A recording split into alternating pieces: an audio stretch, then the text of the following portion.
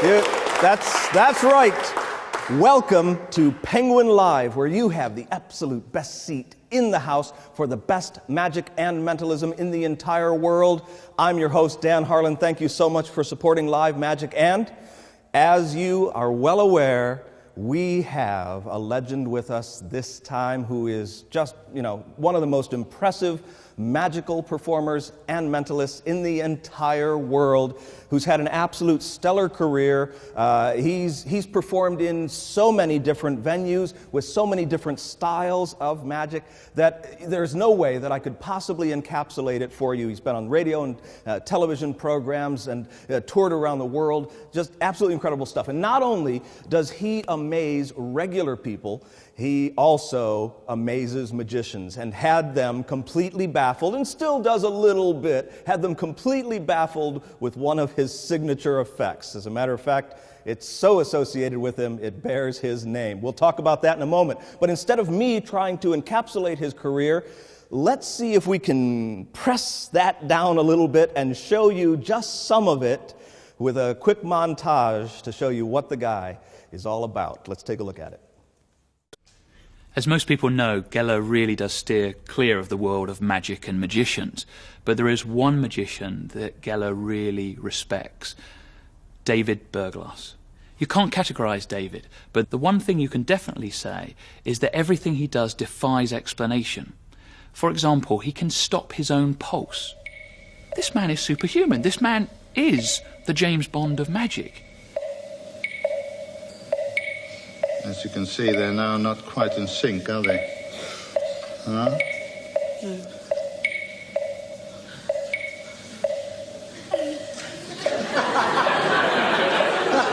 What happened? Well, it stopped. It stopped. Is that possible medically? Well, medically speaking, no. I should think not. It's still going. I'm stopping this one.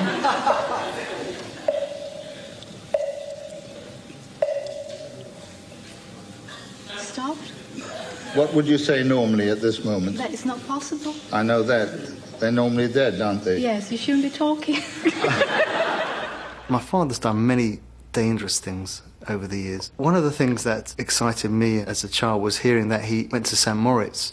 He was always a bit of a keen sportsman himself, and there was something there called the Cresta Run, and it's a sort of one-man toboggan, which is incredibly dangerous. And he was the first person, probably the only person, who did it blindfolded. His motto is nothing is impossible, and he thinks of the most unusual thing and finds a way to do it. Manipulation with cigarettes, but underwater, and the cigarettes were lit. This was bizarre. He uses techniques which you can't just learn. It's something from within. It's a mixture of techniques, whether it be a mixture of magic, psychology, hypnosis perhaps, and human nature. That he puts them all together, and he takes risks. And he's also got a great sense of humour. All right, you don't need to hold hands here. You can do that later. Look at the cross inside the circle. At no time, let go, and don't press down. Are you ready? Try and lift it. Stand up now and lift the table. Say you can, and you can. Yes, you can. Bring it up a little higher. Fine. And stop. Now, just to prove to yourselves that your fingers are not really stuck to the table, will you please wiggle your fingers like that? Wiggle your fingers. Move them, all of you. Come on, move. Wiggle them. Keep looking at the cross inside the circle. Stop. Whether it's his voice or the way he commands them, and not only rises from the ground, but it'll actually move, it'll dance to the music, it'll follow where he goes, and it is real magic. Come on, you can. Keep looking at the cross inside the circle and stop. Now, you won't believe this, but the table loves music, so could I have a little table music, please? And we'll try and get it to dance. Now, this is beautiful music. If you listen to it carefully, you'll get an urge in your fingertips, and your fingertips will start dancing. So start dancing, table. Move. Come on, sway. A little faster. A little faster. Listen to the music. Let your fingers do the dancing. Keep looking at the cross inside the circle. A little faster. Faster. Faster. Stop that now and start spinning. Spin. Come on, you can do it. Keep looking at the cross inside the circle all the time. Don't take your eyes off. Cross inside the circle, faster. Stop and reverse. Get down again. Get down quickly. Look at the cross in front of us. Up again again. One more time. Quickly, very quickly. And reverse the other way now. Faster. Faster, faster, faster, faster, faster, faster, faster, faster, faster, faster. Come on. I think David Berglas's routine with the table levitation is the best it's ever been done. I think it's exquisite. I think it is believable and dramatic and fantastic. I would love to have been responsible for something like that.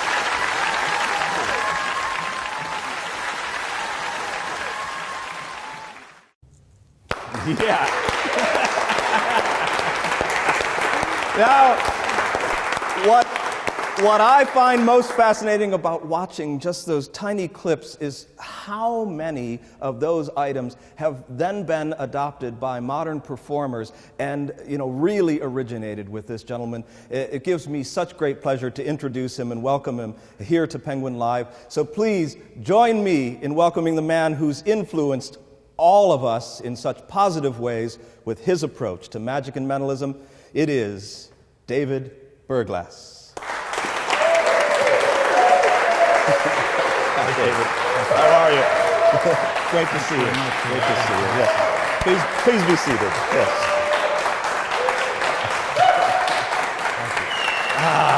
Yeah. Such a pleasure to have this opportunity to speak with you. Like I said, you've influenced everybody. And from my personal perspective, there are so many interesting things to talk about, okay? But, I would say let's find out what you want to talk about first. Well, I didn't have lunch today. Okay. And then I came here. Mm-hmm. What else do you want me to talk about? No, that's it. That's fine. And thank you so much for joining us. Yes, no. So, well, I'll tell you,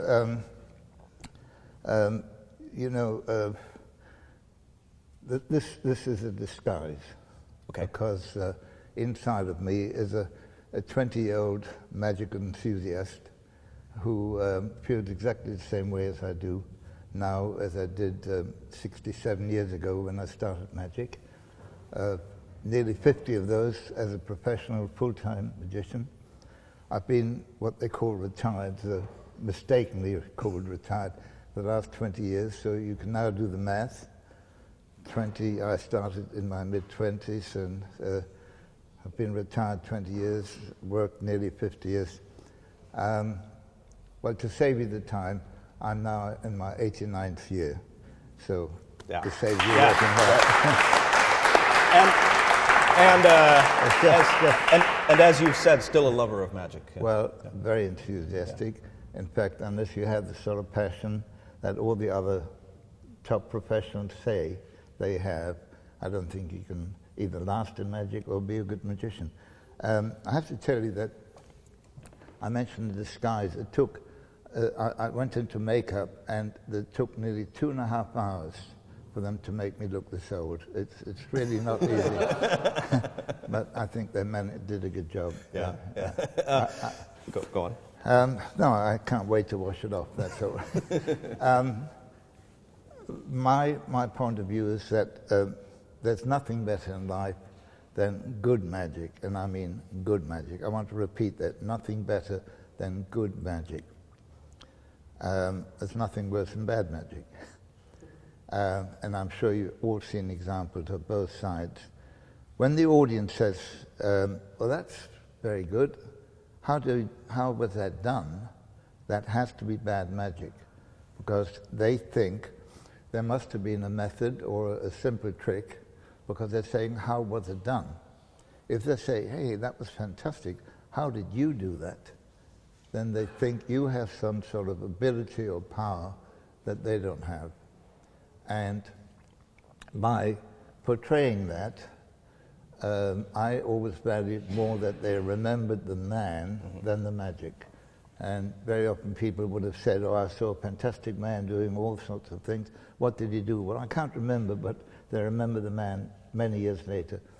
And I think even if you're just doing a close-up trick, most magicians seem to forget the mystery of it.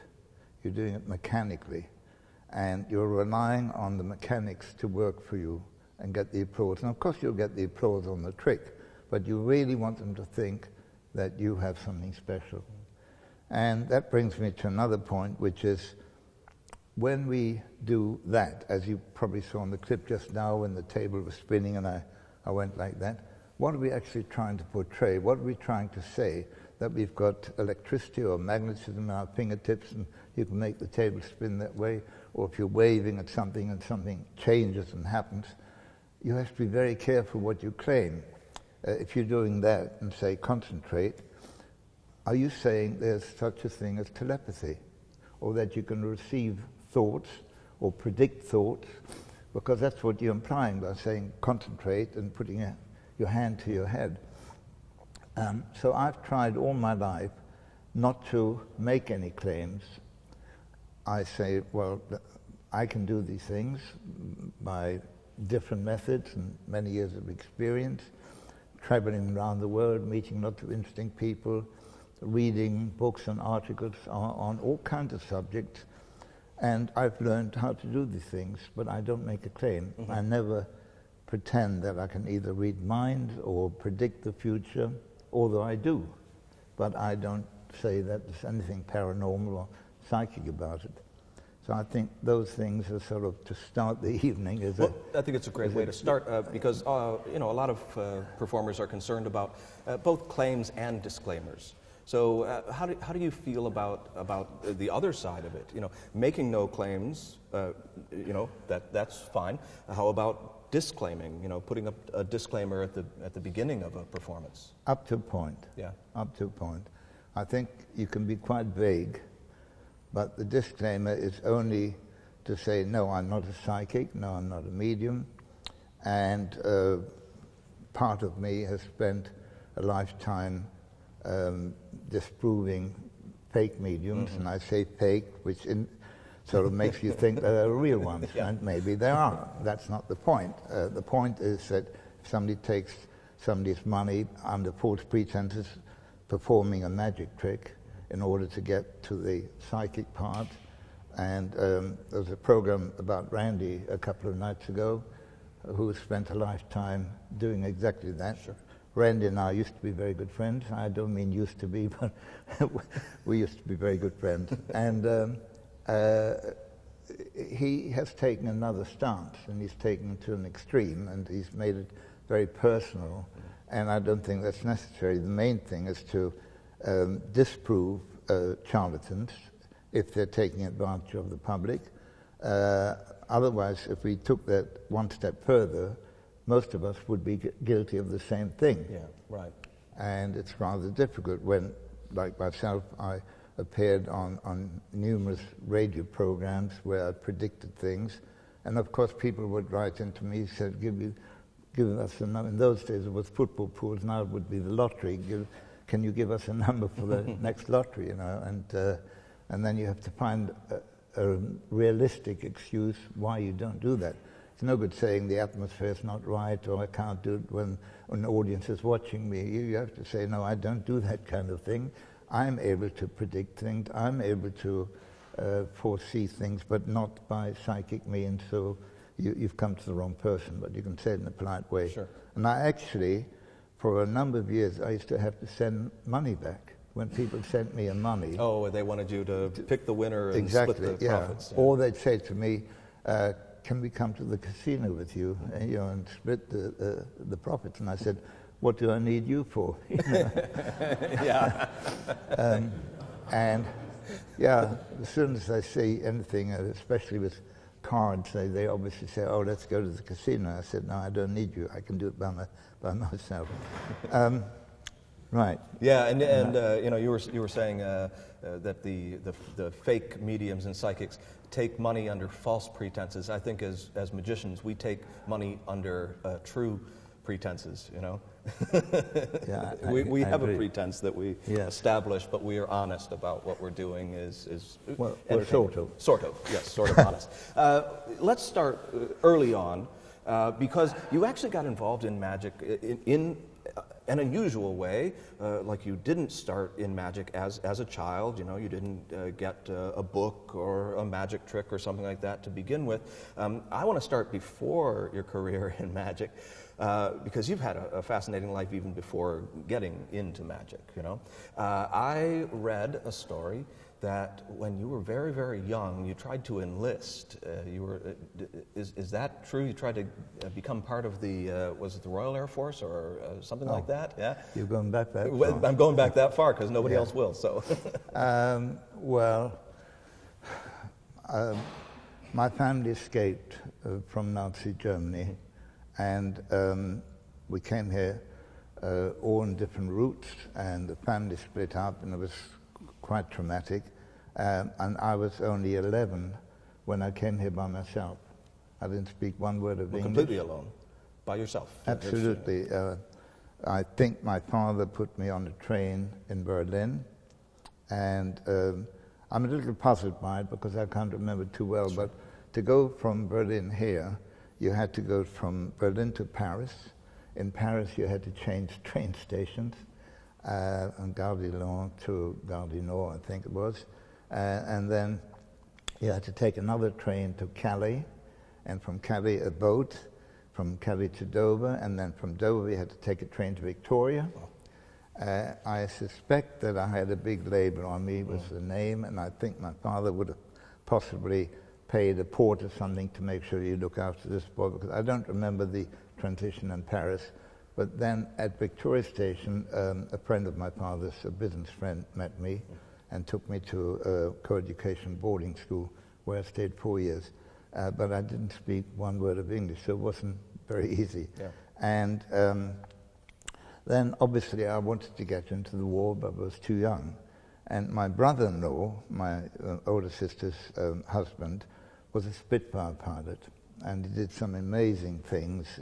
You know, we had what they call the flying bombs over London, the V1s, and the Spitfires would fly along these pilotless planes and try and tip up their wings so they wouldn't explode over the city, but over the sea or on agricultural land. Push them off course further. Well, once they do that, they've got a gyroscope which then would make the plane crash and explode somewhere where there's no houses and civilization. Very brave things, because if they got too close, they would explode. And he was fighting in Africa and Italy and so on. And he looked very good in this uniform. That helped. So I was aspiring to be a pilot. And I joined the Air Training Corps. And the Air Training Corps is cadets for the Air Force. And I was the first foreigner to be allowed into the Air Training Corps. And I did very well. I was teaching other boys aircraft recognition, Morse code, and I formed a gym team, and we toured all around the country because I was a good gymnast. And so I had the privilege of being able to go into the office. And one day there was nobody around. I went into the office and I found my file, and I changed the year from 1926 to 1924 to make me 2 years older. Mm-hmm. I then took that form to the Air Ministry to volunteer for the Air Force, and they told me I was too young by 1 month. Oh. Well, I was actually too young by 2 years and 1 month. So they accepted me, said, by the time you get the training, you will be of age. They sent me to Cornwall to be trained, and one night I must have confided into somebody who I thought was a friend. He told an officer. I was called from the officer, and he said, we know your aims were honorable, but when you become a pilot, you become an officer, and the officer always has to tell the truth, and therefore you can stay in the Air Force, but you won't be able to fly. Now, I was crestfallen because that was my whole point of being there. So for a few months I was sort of at a loose end in London until I heard that the American Army was looking for people like myself. But the age group was 21, and I was only 19. Yeah. I went along and I told them I had all the qualifications they were looking for. You had to have some military training, which I'd had. You had to speak 2 languages, including fluent German plus English, which I could, and you had to pass both a physical and mental test, which I managed to do very well. So they accepted me because they were desperate to get people just at the end of the war I had to be trained in France, and then went into Germany, where there were still a lot of Nazis, and they'd accumulated ammunition and explosives and guns. And I became part of the American Army with an officer's uniform in a unit called CCD, that was Civil Censorship Division, where we had to censor anything that was printed, like newspapers, books, posters, and anything that could be printed with a code where they were trying to gather information, where people were going to gather. And there were GIs, American soldiers, still killed 9 months after the war. They were being stabbed at night and so on. And one of my main jobs was to monitor telephones. And if you heard anything suspicious, there was very, by now, old-fashioned recording machine with a 2-inch tape and like a gramophone needle on top, and it was very complicated, like a projector. Had to wind it in, and so I was there for 1.5 years, and then I was supposed to go into my family business when I came back, which was textiles, and they sent me to a textile college up in Yorkshire and Bradford, and purely by chance I met somebody who got me interested in magic, purely by chance, because he was running a shop, and I went in there to get some costumes for a student's drag day, and when I brought them back, my name, by mistake, got onto the magic list, and they sent me an invitation to the Bradford Magic Society, and I went there, and the man who was running the shop was running the magic club, and his name was Ken Brooke. Yeah. And that was pure chance. And then we got friendly. He sold me a lot of tricks that didn't work, but they were expensive. I still have them on the loft. And then I took him to London, and he'd never been to London before, and got very excited by it. And then eventually I introduced him to Harry Stanley, and he became part of their team, and then he opened his own shop and became world famous as a dealer. Right.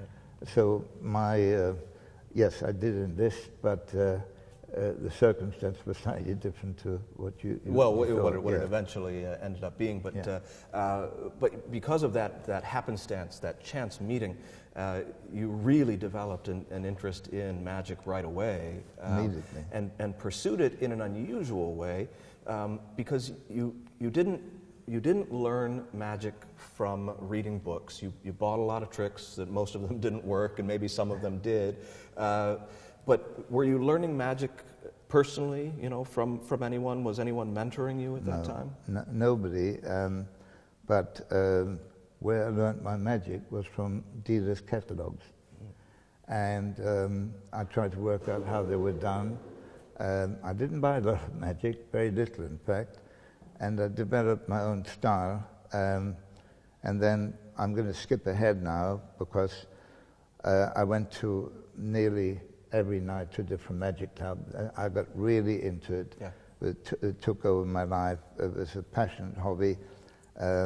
Literally Monday, Tuesday, Wednesday, Thursday, Friday. Wow. I went to different clubs, and I can list them if you want. And over the weekend, Saturdays and Sundays, I'd go to a variety show and occasionally seeing a magician. If there was any magician on the program, you wanted to see him? Yeah, but I also wanted to see the acrobats. I also wanted to see the jugglers.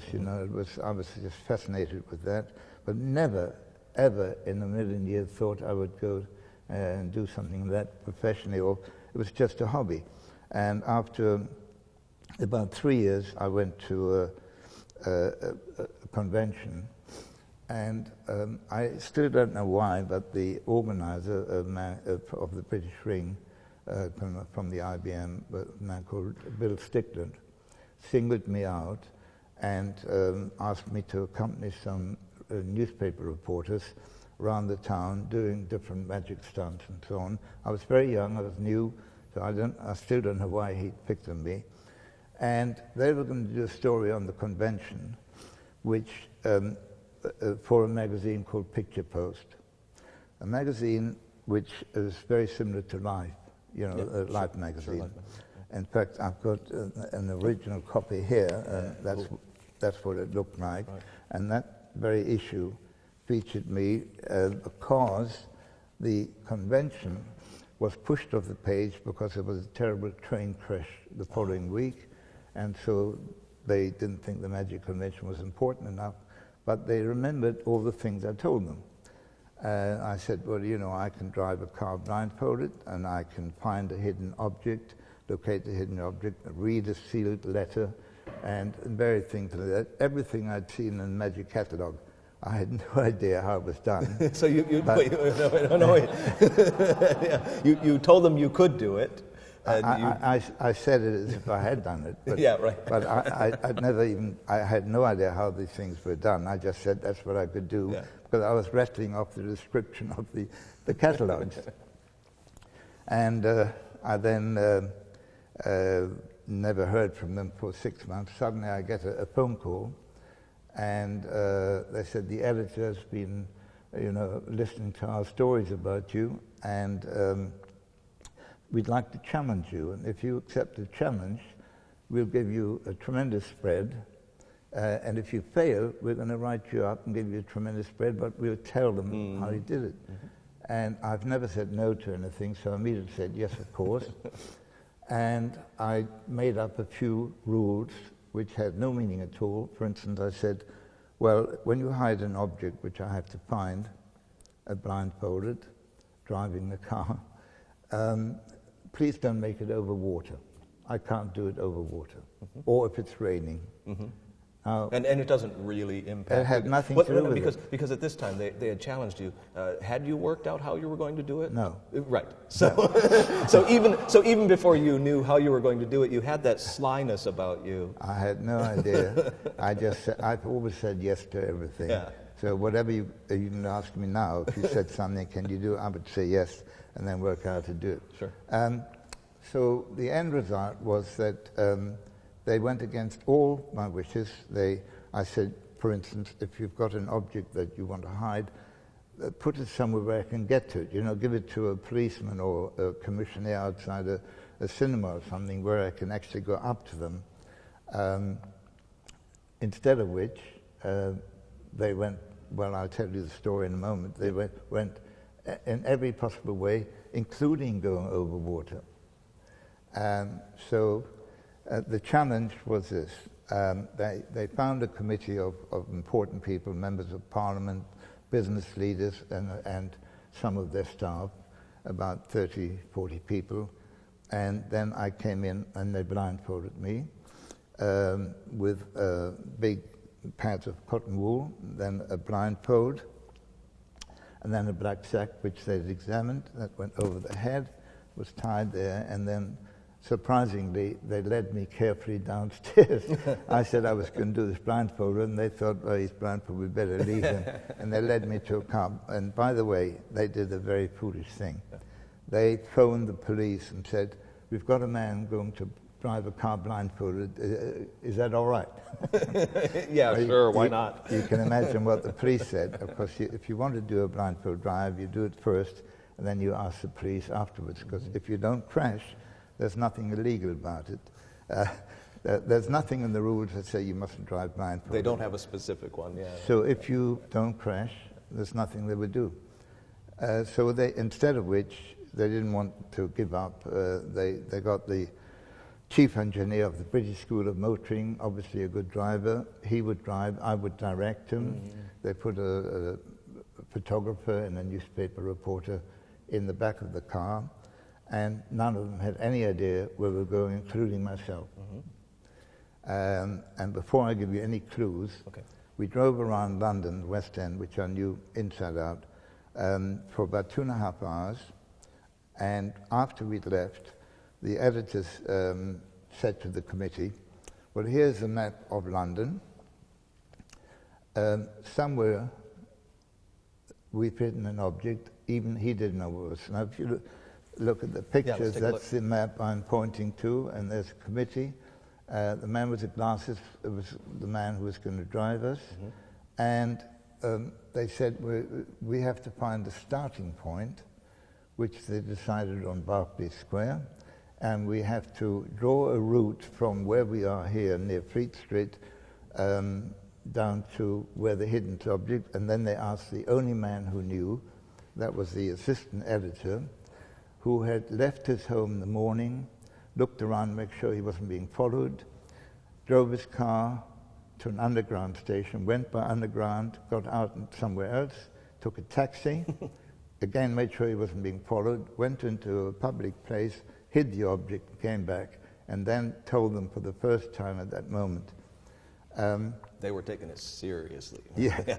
So, well, the next shot is the blindfold. Yeah. The important thing is that the cotton wool is way over your eyes every possible way, because people have heard of being able to peep down your nose. Yeah, You sure. just got a blindfold.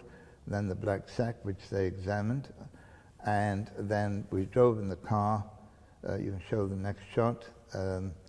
And we landed up by a boating pool. Now, they, first of all, didn't want to go across the River Thames because they remembered I said not over water. Right.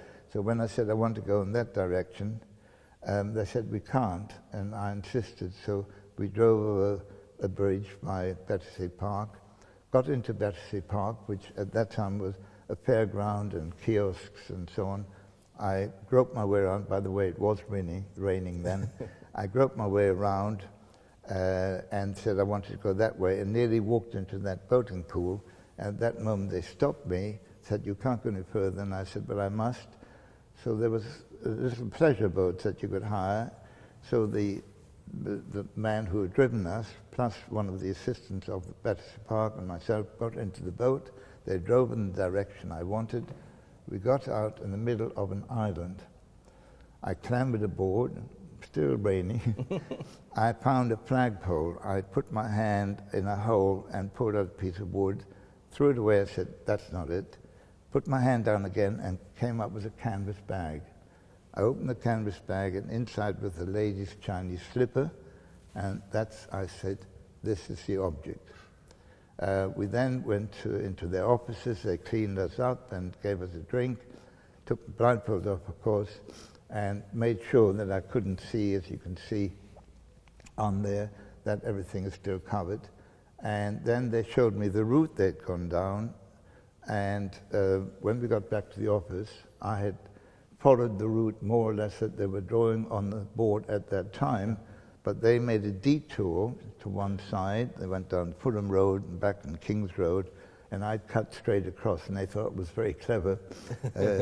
It was part of the method that made me do that. It had nothing to do with being clever. Right. And then they wrote it up, and they gave it a fantastic coverage of these 2 pages. Yeah. They called it "Picture Posters Taken for a Ride," and they offered a monetary solution to the public to find out how it was done. This is a map of the route that they had. Hold this up for you.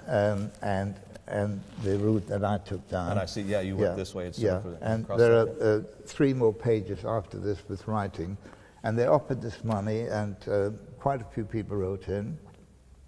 And suddenly they said, "You know, we don't know who the winner is because we don't know how it's done." Right, sure. So they phoned me and asked me to come to the office, said, "Would you sort these out?" It was a pile of letters like that. So I pick up one letter and says, so-and-so, no. Another one, oh, that's from a magician. He says, on page 53 of Hoffman, it explained the blindfold method. That went in my pocket.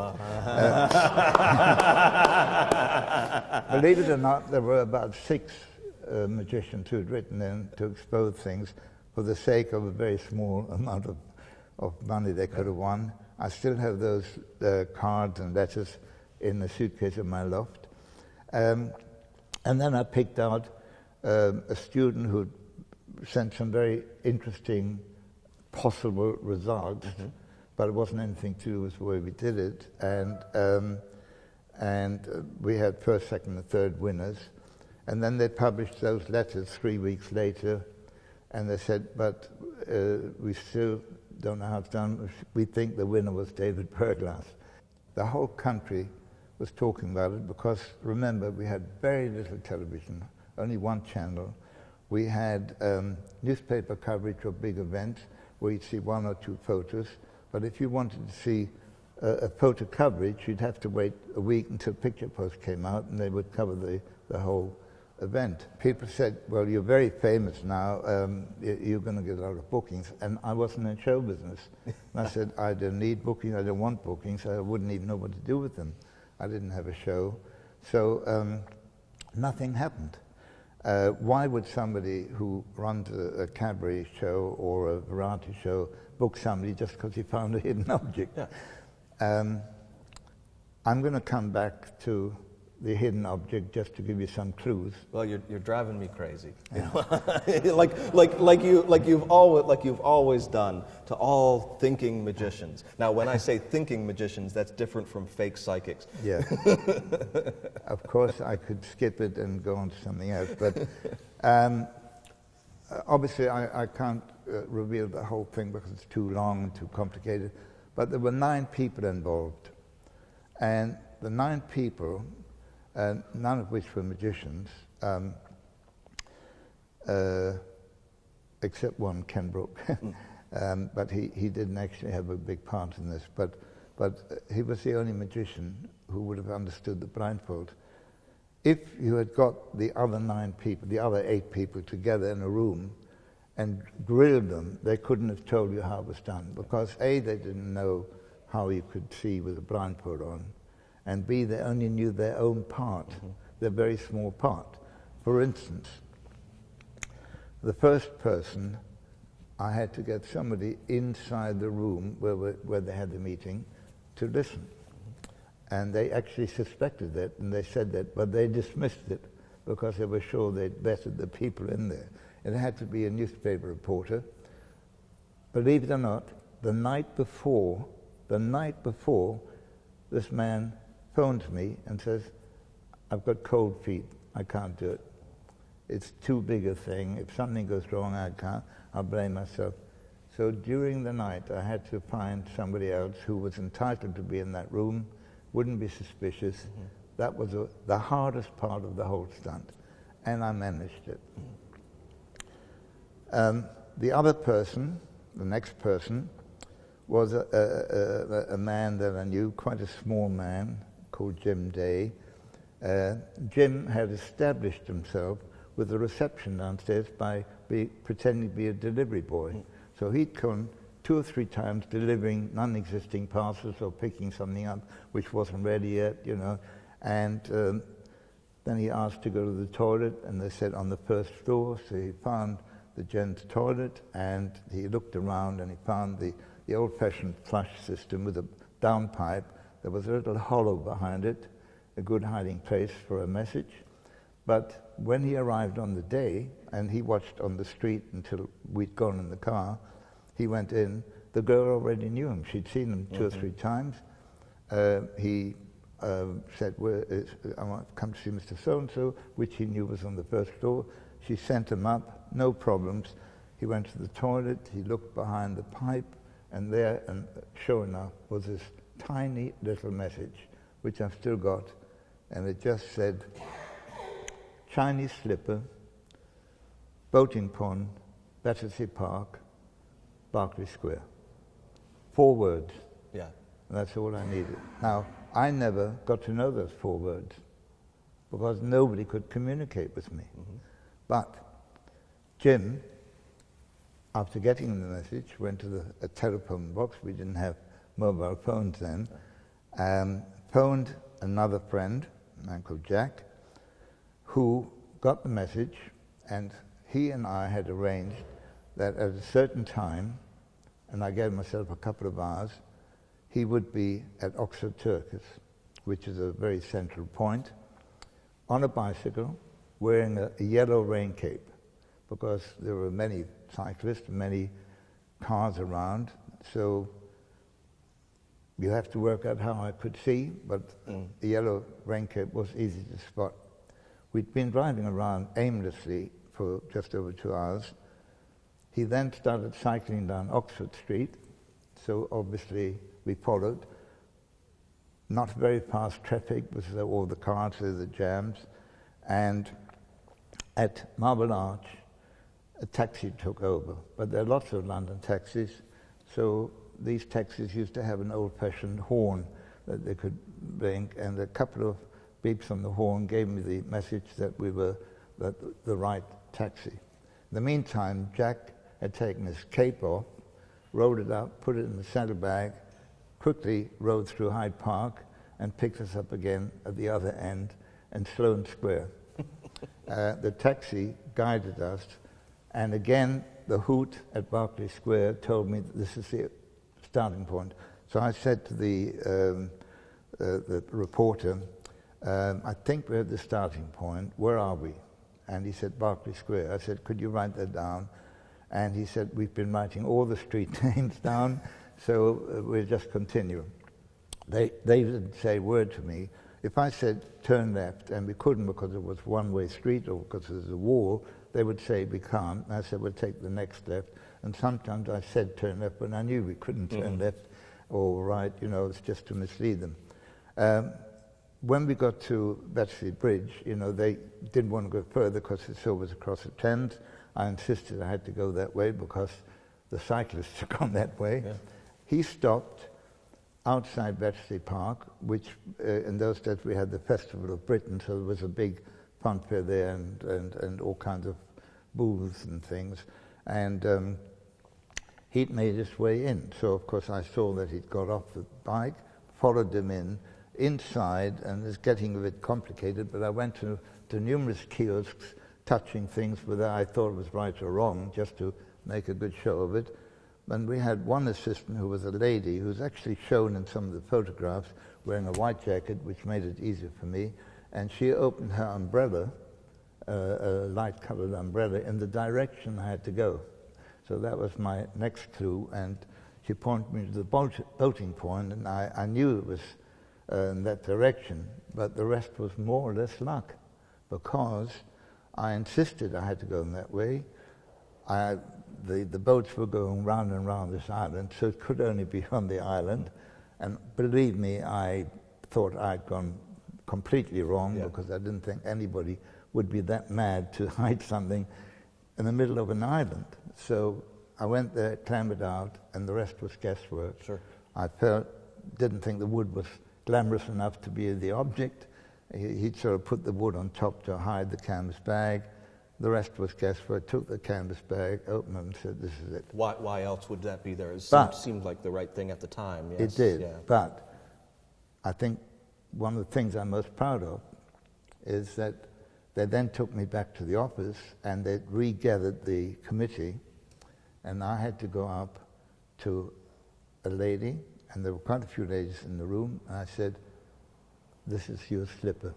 And it was. And I've never revealed how I did that. And will you? And probably not, because that's one of my standard things in other stunts. But bit of body language, psychometry, and eye movement comes into it. But that is the part I'm proudest of, which is never mentioned. Yeah. Yeah. Well, all right. That just, this is why I wanted to hear the entire thing. Because that is incredibly complex, complicated, yet brilliant in its execution, and a little on the edge, and then almost a leap of faith in yourself and in your ability to reason. That I don't think that any modern performer would go to those lengths to do it, and you did it before you were a performer.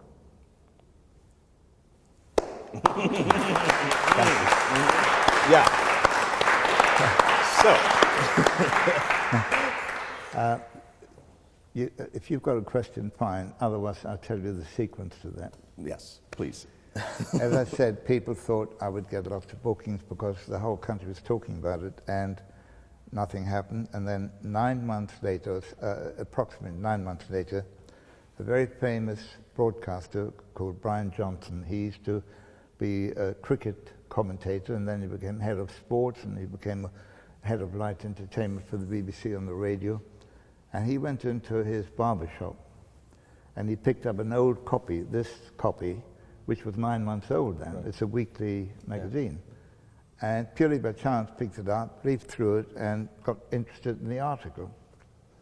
And at that time, they were looking for somebody to do a broadcast on the paranormal, a 15-minute broadcast on the radio every Sunday for 4 weeks.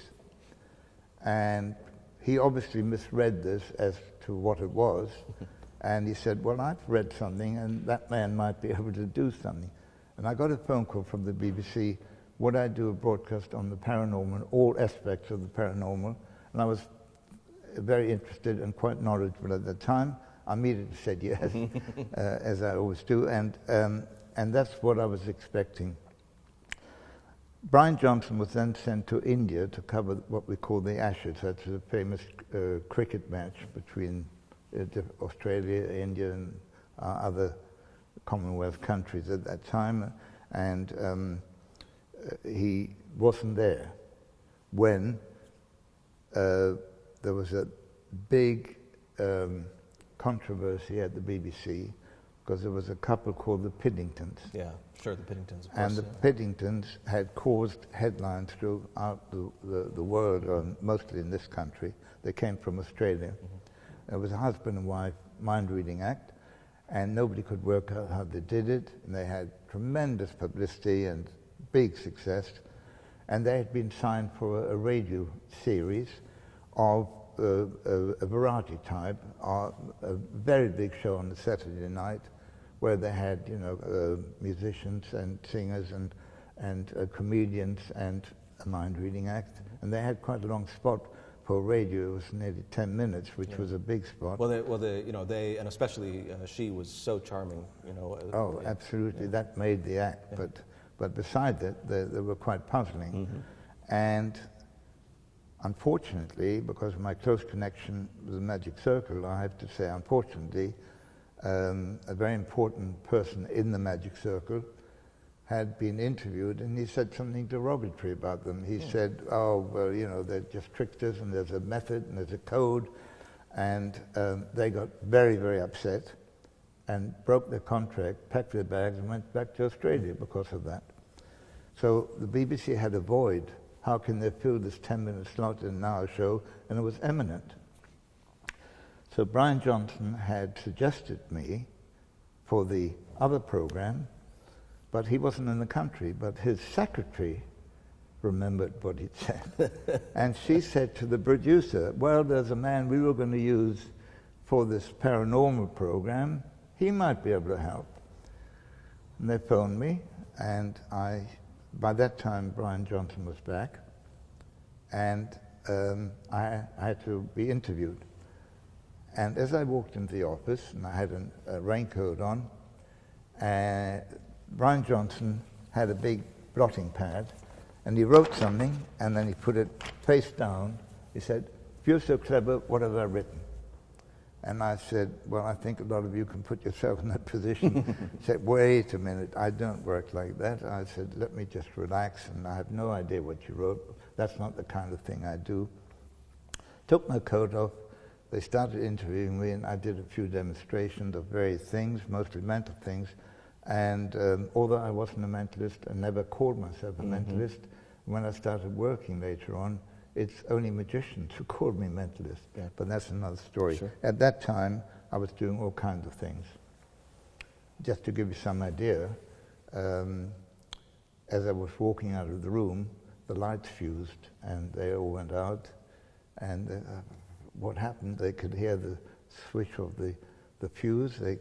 I went to the switch, clicked it 3 times, it didn't work. I said, don't worry, we can usually trace a wire along here, which might be a loose wire. I hit the wall quite a distance from the switch, and the lights came on. And I made a reputation with that routine, which has been mentioned a few times, not the routine, but that I have one trick which I've never described, and which is my favorite trick, and that's true, it was for many years my favorite trick. And so I showed them a few things, that was the last thing I did.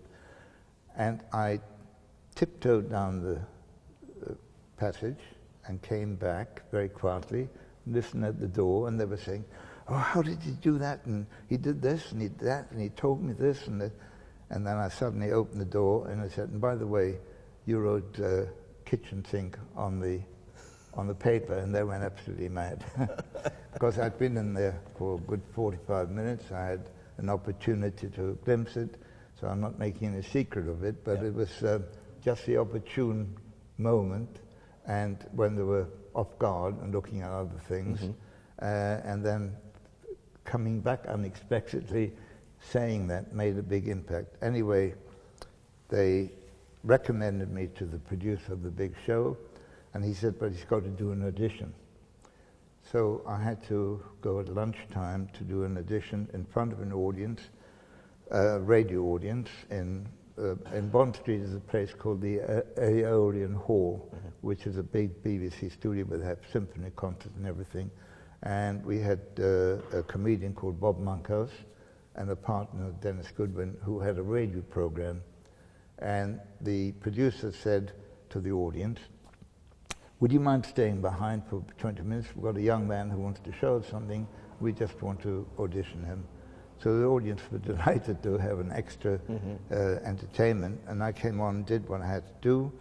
And then Bob Monkhouse, who became a very close friend later on, but at that time I didn't know him, he said, you're going to go a long way. And I said, why? And he said, you've got the right voice for radio, which took me by surprise. And he proved to be right, because we had a lot of fan mail about my voice later on.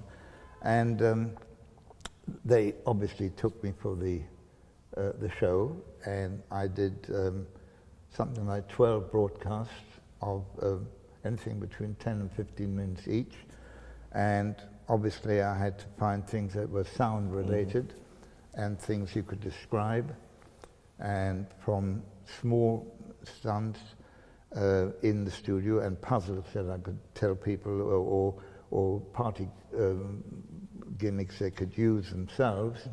I would do what I called nationwide psychological experiments, where I would ask them to put some things in front of them in their homes and the studio audience, and then turn their back and turn around and pick up one of them, and I would predict which object they'd picked up, and how many left-handed people and how many right-handed people would have done that. And the BBC took count, and the following week said how close I'd got to the actual numbers. And because I asked them to write in to let me know, and I had thousands of letters, literally, even from abroad, just saying David Berglas, London, or David Berglas, BBC, London, would all reach me. And I asked them to write them postcards, but they started adding things like, we're enjoying the program, or we're fascinated with your voice, or what's your background, all kinds of things. So the BBC counted that as fan mail. Yeah. And we have a member of the Magic Circle, Barry Murray, who was a researcher, and he once researched their archives and said that I was on record having the largest fan mail in the history of the BBC, because I was getting between 3,000 and 4,000 letters a week. And at that time, I had turned pro, which I haven't told you about yet, but I was touring the variety theatres and the music halls. And late at night, I used to sit with my other artists in the digs where we stayed and sort through these letters. This man had picked up the matchbox, this one the teaspoon, this one had done this, and we had all sorts of funny things, you know, like a woman saying I was holding the baby in my right hand, I picked it with the left hand, is that normal? You know? So that was a very large part of my life, and I always said that radio gave me a lot more fame than television did in my early days, because I could walk into a shop virtually anywhere in the country and start talking. They'd say, oh, it's David Berglas, because they recognize the voice. Much more recognition, much more fan mail, if you like. When I started doing the same thing on television a couple of years later, the producers were delighted that we got 30 letters, not 3,000. You know, it was unusual to get that many letters. So I've sort of deviated from telling you Well, that's fine, because how I have a got little into bit that. of a question anyway. Yeah. Since you did start out on radio and people were big fans of yours and got to meet you, were they surprised by your appearance not matching your voice? Because I would imagine that they thought at that time that you must be a much older man than in your 20s. Right? Yeah, it didn't crop up very much, except my image was different. I didn't have a beard. People always asked me, do you have a beard because you're a magician? I worked for 25 years before I ever grew the beard. I was doing a full evening show, and somebody had taken some photos of me with a beard and mistakenly put it outside the theatre, so I couldn't change my image at that moment, so that's why I stayed on. You were working that theatre for a while and had to stick with Yeah, that? yeah, that's the only reason. I mean, I certainly didn't grow the beard because of that. And also at the time, because I started in Variety, and the Variety posters would show my name. Do we have some examples? Yeah. See, it's right at the bottom of the corner there. Sure. The bottom right. The lowest part of the. And Bob, if we can just go through this fairly quickly, because you see that my name just got bigger and bigger within a couple of years. Wow. I mean, another one. And finally, I was topping bills everywhere, and that's all through radio fame and a little bit of television. This one's an interesting one, if you leave it there for a moment. That girl, Ruby Murray, who was top of the bill, had never been on stage in her life, but she had 5 hits, record hits. So Bernard Delpont, who put the show on, thought she wouldn't attract people to the theatre, so she put 5 people around her who all top bills in their own rights. There's Morecambe and Wise, and there's Jimmy Wheeler, and there's Norman Bourne, who used to compare the London Palladium shows, and Harry Worth, and myself. And we were all bill toppers, and yet we appeared for this girl. In fact, I led her on by the hand. She was so nervous to put her in front of the microphone. After that, I started doing quite a few stunts for publicity for the IBM convention. So they used to have an outdoor stunt. So I think we can show that. This is in a town called Southport, and I got the 74-year-old mayor to go up in a plane. You can see the plane at the top there, and a very old-fashioned outdoor television camera watching us on a rostrum on the left. And I was on a scooter towing a board of barbed wire.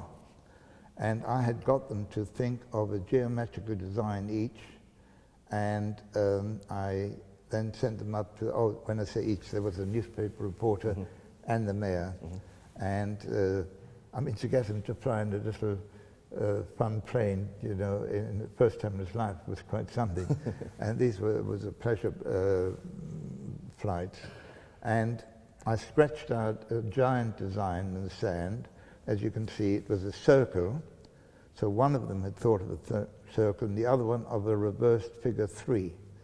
And I then waved 2 handkerchiefs to show them that we had done that. And the plane landed, and the mayor took out his drawing and showed me, sure enough, he thought of the 3, and the newspaper reporter had thought of the circle. I'd restricted them to about 30 designs each on a big board, and asked them not to tell each other until they got in the plane, and then decide which design goes inside the other. And so that's the kind of stunt I put on. And we got television coverage and more publicity than any British ring outdoor stunt had ever had before or after. Yeah, well, let me just interject right there and ask, you know, how, because this is still your early days of developing material and performance and things like that. Just to put in perspective, the picture post was 1953. This is probably 1955. Yeah, so only a couple of years after you know, doing the stunt that didn't initially receive any reception. But so you're putting this together. You know, how do you decide Where did the idea come to you to go this big? You're starting with, some symbols, and you're having some people select some symbols. How do you now make that cognitive leap to go, get on an airplane and I'm going to scratch it out in the sand? That's really remarkable. I plead guilty because that's the way I think. Oh, yeah? Because, when I was doing radio things, I was making some objects which could be identified as being unique, like a lady's brooch that her husband had got made for her, and she was wearing, and we put that in a box, and it disappeared, and it reappeared in another studio. So it could be identified. So we sent the husband into one studio, the wife in the other. I did various things, including making people disappear from one studio, appearing in another one. And probably my biggest stunt was hanging a box over Regent Street near Piccadilly with a big question mark underneath it. And I had sandwich board men pacing up and down, saying, with an arrow pointing up, what's in the box? Listen to David Berglas on Saturday and you'll find out. And the box was sealed by the diplomatic corps who used to sealing bags. And then there was run out on a pulley, and the pulley was sealed, so you couldn't even pull the box in without breaking seal. Then they had an outside broadcast unit there, and I was in the studio miles away, and we selected somebody by throwing a ball over her shoulder and asked that person for some identification. A young man happened to have his passport on, which was ideal. We took the details of the passport, put in an envelope, hung it from a long rope before the show, and it hung in full view. And then when I came on, we explained what had happened. The envelope was lowered, we opened it up, there was nothing in it. And then we had communication with the outside broadcast in Regent Street, and they broke the seal, they pulled the box in, they sealed the box, they checked that it hadn't been touched, they opened up, inside was the man's passport. And then we asked a couple of questions to ascertain that they really had his passport of things that he hadn't told us. So it worked out well. So these big stunts were things that I thought of literally from week to week, and ways of doing it.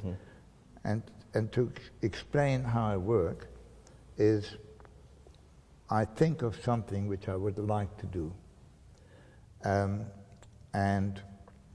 then I work away a method. I find a method of doing it. I don't always get to the ultimate result, but I get close. And as a joke, I used to say, well, think of anything you like, and I'll try and work out a method. And I've helped a lot of magicians thinking that way. But I used to say, as a throwaway, but not something ridiculous like walking up a building outside, and yet... And yet that's what's been done, yeah. Just recently, Dynamo did exactly, except he didn't walk up, he walked down. But from the LA building, LA Times building, he literally walked down it and just walked away. Yeah. So even that's been taken from me. Right.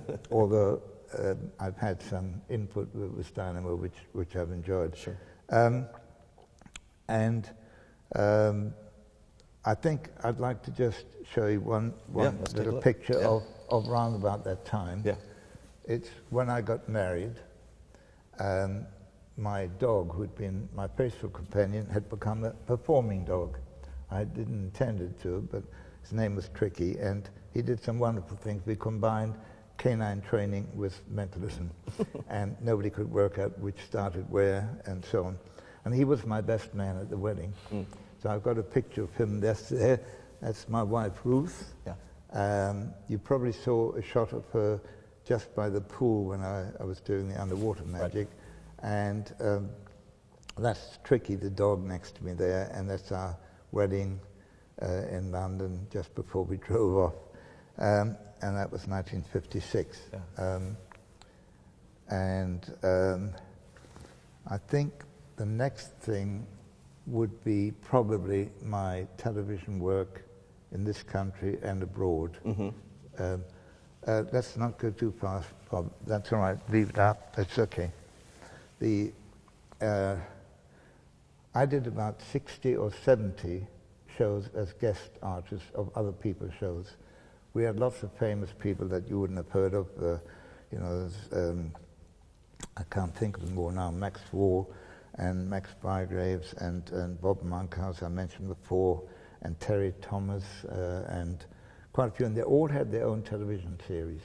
And I appeared on every one of them. And of course, in those days, we didn't have recording apparatus. So we found somebody who could sit in front of a small television set with a camera, a mechanized camera, and by squeezing a ball, he would take a picture, and he could take as many as 90 pictures in a 5-minute slot. So I have all my first 60 or 70 television shows recorded on these tiny little photos, which could be enlarged to 3 by 4 and even 4 by 5. And recently, well, 2 years ago, when we had this EMC convention, you remember, in Portugal, I was amazed to see that, one of these little pictures shown on a huge screen, so it's been preserved. There's an old scrapbook there where I can show you tiny little pictures which could be enlarged, and I was very lucky, because without that you wouldn't have any recordings of it. And then I got my own television series in 1954, a show called Meet David Berglas, and from there it went on. But I saw a lot of my show business friends had children, as we did. We had 3 children, including Marvin. And by the way, when people ask me, how did you start in magic, I have a standard answer. I said, well, when I was very young, somebody gave me a Marvin's magic set. If there's anybody that is tuning in, Marvin Berglas has produced, amazing magic sets and magic for people around the world. It's a major producing magic, and he's going to join us a little bit later, so we will get to meet your son in just a little bit. Okay, well, that's my stock answer, and some people believe me. We were talking about the television series I had here, and because of our children, and I saw my show business friends suffering because the children were never children on their own. They were always the son or daughter of, and it made a big difference to them, and they didn't have a normal childhood that way. So I literally, after some years of being on television, made a decision, and some people don't believe this because you don't turn your back on television series, but I did, because I didn't want my children to be known as the children of. So I was very lucky that literally at that time I was being offered television series abroad. So I went all around Europe doing television series. And one of the biggest ones was in Holland. I have an affinity with the number 13, and I've called a lot of things 13, and I have a program where I have 13 items in the program. We played in Holland. I played 13 towns in 13 venues, and the tickets were 13 guilders, and 13 people turned up to see the shows. That's not true. Again, I was doing big stunts on these shows, and every show was completely different. And I'm going to show you some photos let's see. of. This is how I selected my audience. Now, the people in front is a panel of famous television personalities, and they checked these boards on a silver tray. There were 13 boards, of course, and they're numbered 1 to 13, and I throw them to the audience, and when the people catch the boards, they have to come up and show them to the committee, and they check off that they are the same 13 boards, so you can't, apparently, can't. I'm glad you clarified that. You can't therefore have any setup, right? Or can you? Anyway, that's how. And I had different methods nearly every week. Sorry, this was a monthly show, and every month there was a big show. literally the streets of Holland were empty. Everybody was watching the show. The bars and the restaurants complained because they lost trade. Unless they had a television there. And the compere of the show, the man who introduced me was Fred Capps, who had great respect for him, became a very good friend. He won FISM, gold medal of FISM 3 times, and because he was Dutch, of course, he was a local hero. Sure. Now at that time when he was introducing you, was he performing on the show as well? Yes. Doing pieces? Because I did the second half of the show. It's an hour show, and I wish I would have been around for that. Seriously, I would have loved to have seen those shows. Yeah. The two of you working a big venue like that must have been fabulous. We also did something in Germany independently, and unfortunately, wasn't a video clip, it was a film, which I would have loved of his show as well, and that doesn't exist. But we have photographs. I have photographs of the other shows, but not videos. Anyway, in this show, just one of the stunts, for instance, is as you can see, there's some boards behind me, and when the audience came in, and it's a huge theatre, about 3,000 capacity, each person was given a card to write on, and they had to write down their initials, their date of birth, and they had 5 random numbers. And the television company had also booked 30 mathematics teacher. And the audience decided which 6 of those would help me. And they come up, and I did a memory feed with their birthdays and their initials, their birthdays, and items that were handed up. Which in retrospect I wouldn't have done because it was too convoluted. But that was to give people time to take these cards that were written on, which were thrown into big wire baskets in front of the stage, and the mathematics teachers rummaged around, took a handful each, and then copied those numbers, initials, and dates of birth onto those boards. And those boards, the individual boards can be taken out and reversed, and you can put them in any order you like. So you get numerous combinations of numbers, and when they were ready, and and by the way, I had 3 of those boards, so they could interchange the numbers. And finally, they were numbered A, B, C, D, and on the back E. I can't spell anymore. And once they'd written the numbers, they were added up.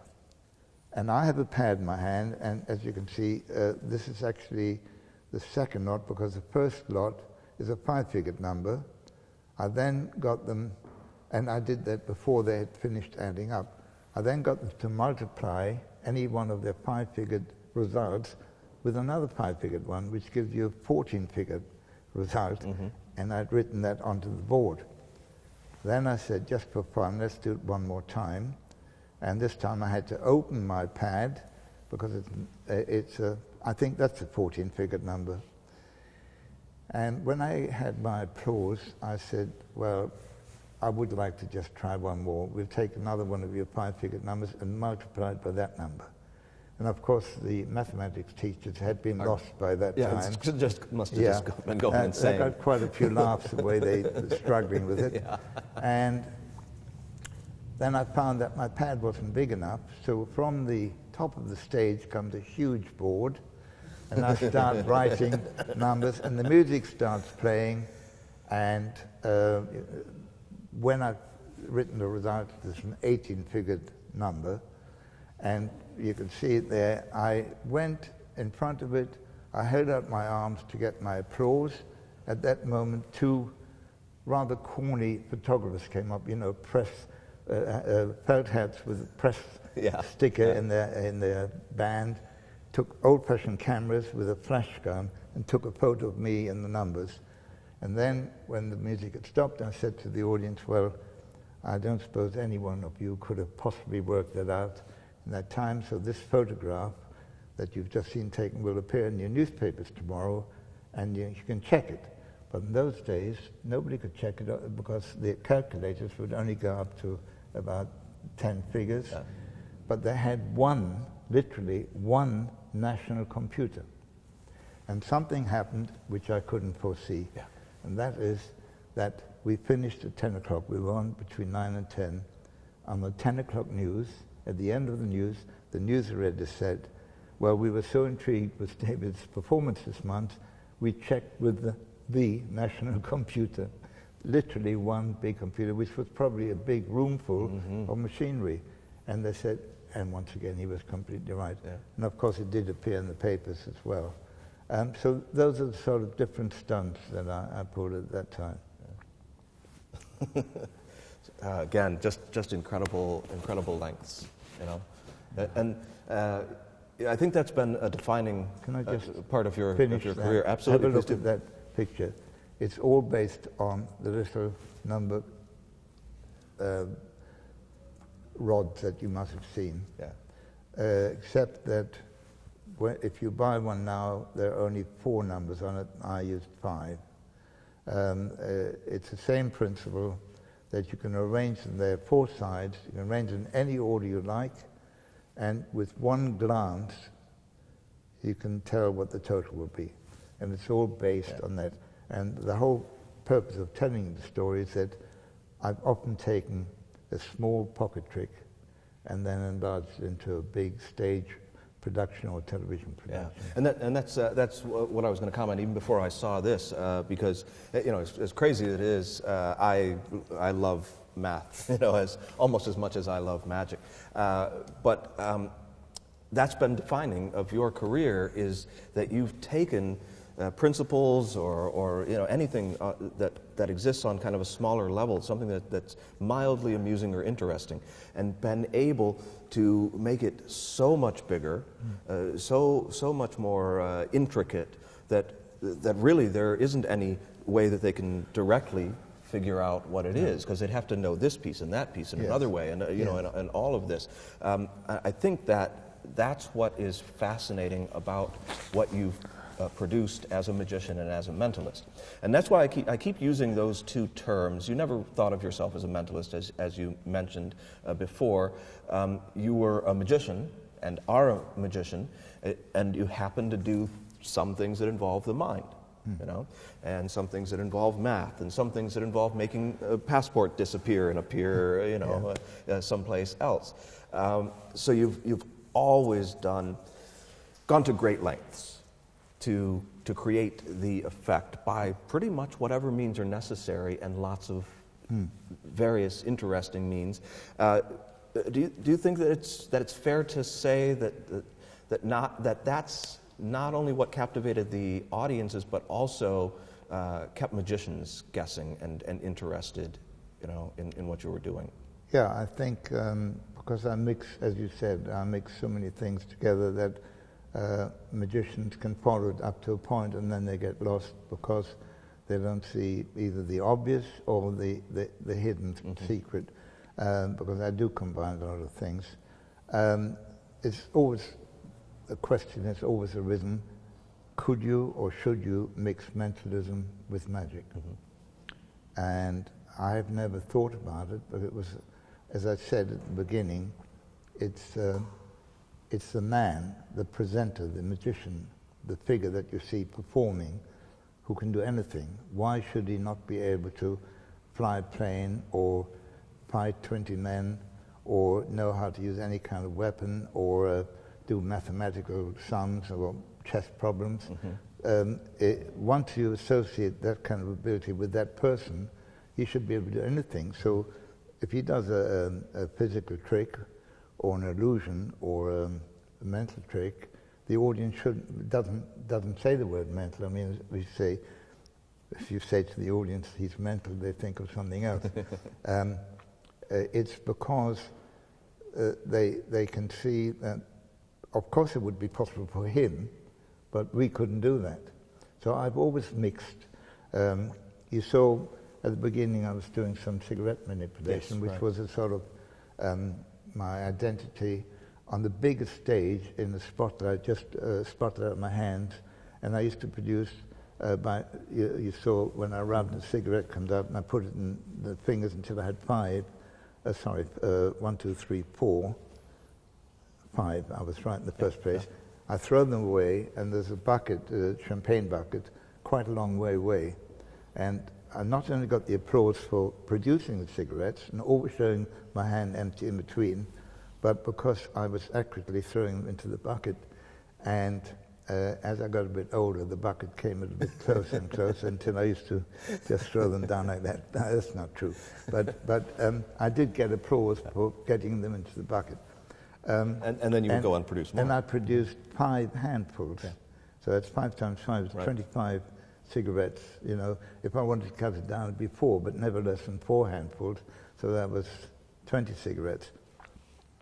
I did what you call a chair levitation, which I call a chair balance, because a levitation, you have to take everything away when one chair is left. But I presented it in a pseudo-hypnosis method, and people genuinely believed it.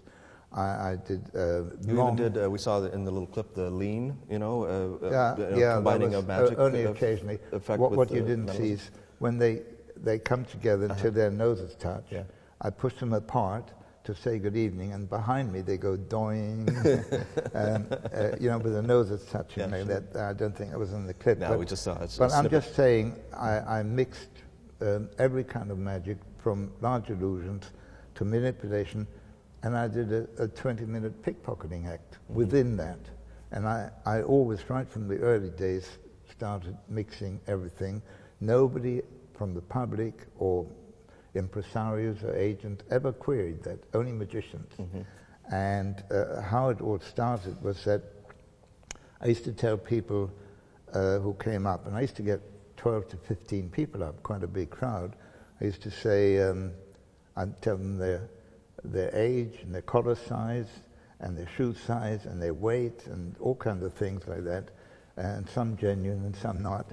And then I would do a pickpocketing act, and just one day after I told somebody his address and details about him, then they were astounded.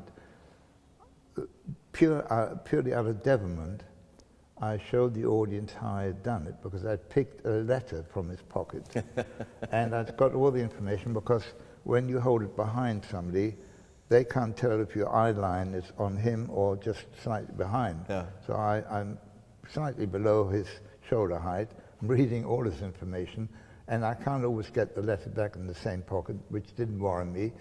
You know, when he gets out of the theatre, he might say, "That's funny, I thought I had it in this pocket." Yeah. But it's in the other pocket. And one day, I put the letter behind my back and waved it to the audience. So they saw how I had done it, and I got such a reaction and such a big laugh that I kept it in. And that's how I really started doing the pickpocketing act after that, because up to that time I'd done it secretly, and now suddenly I was doing it openly. And I had a very good finish for the pickpocketing act, because the pickpocketing hasn't really got a finish. Yeah. I first of all openly searched them. I said, "You mind if I just check your pockets?" But the audience doesn't see me take anything, and the volunteers don't see anything, and I haven't taken anything. I then say, "Well, I've just checked, will you please check your pockets?" So I've got about 7 people, 7 men, checking their pockets. And then and this is all done to music, by the way, I then step forward and say, "Anything missing?" And they said, "No." I said, "Of course not, I didn't take a thing.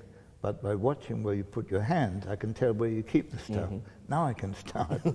And that always got a laugh, and then the music gets louder and faster.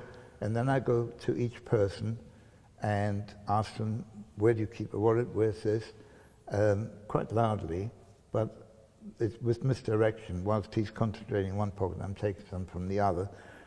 Nothing special about that, except that I'm able to take an enormous amount of stuff and then walk forward and start pulling out 7 or 8 items and give them back, and then I've got another 7 or 8 items, another 7 or 8 items. And in my days, people carried a lot more stuff than, they carried tobacco and pipes and cigarettes and chewing gum, bus tickets and train tickets and receipts and pens and, you know, it just, you couldn't do that kind of act these days. It's getting harder and harder nowadays even to find somebody wearing a watch for a watch steal, you know, or anything like that. Yeah. Well, my watch steals were slightly different. I got each person, when I'd finished the pickpocketing and had been returning things, suspenders, glasses many times, I then said, well, we're going to ask you to check your pockets one more time, but if you're wearing a watch, would you show it to the audience? And they would hold their hand out. I'm doing this with my left hand because I'm wearing mine on the right. So they hold their hand out like this. And if somebody didn't have a watch, I would pick them out and put them on the other side of the stage and ask them to hold a little box. I said, but before you hold the box, and he'd look around, he didn't know where the box was, I would say, just check your pockets one more time, at this time, watch your watches. And that was the signal for the music to start playing very loudly. And I'd go along each person doing this and putting their sleeve jacket down and putting their hand over it. And I said, hold on to your watch tightly. And they could feel the buckle. And I said, make sure it doesn't disappear. So I've got 6 or 7 men holding the watches like that. And then I number them.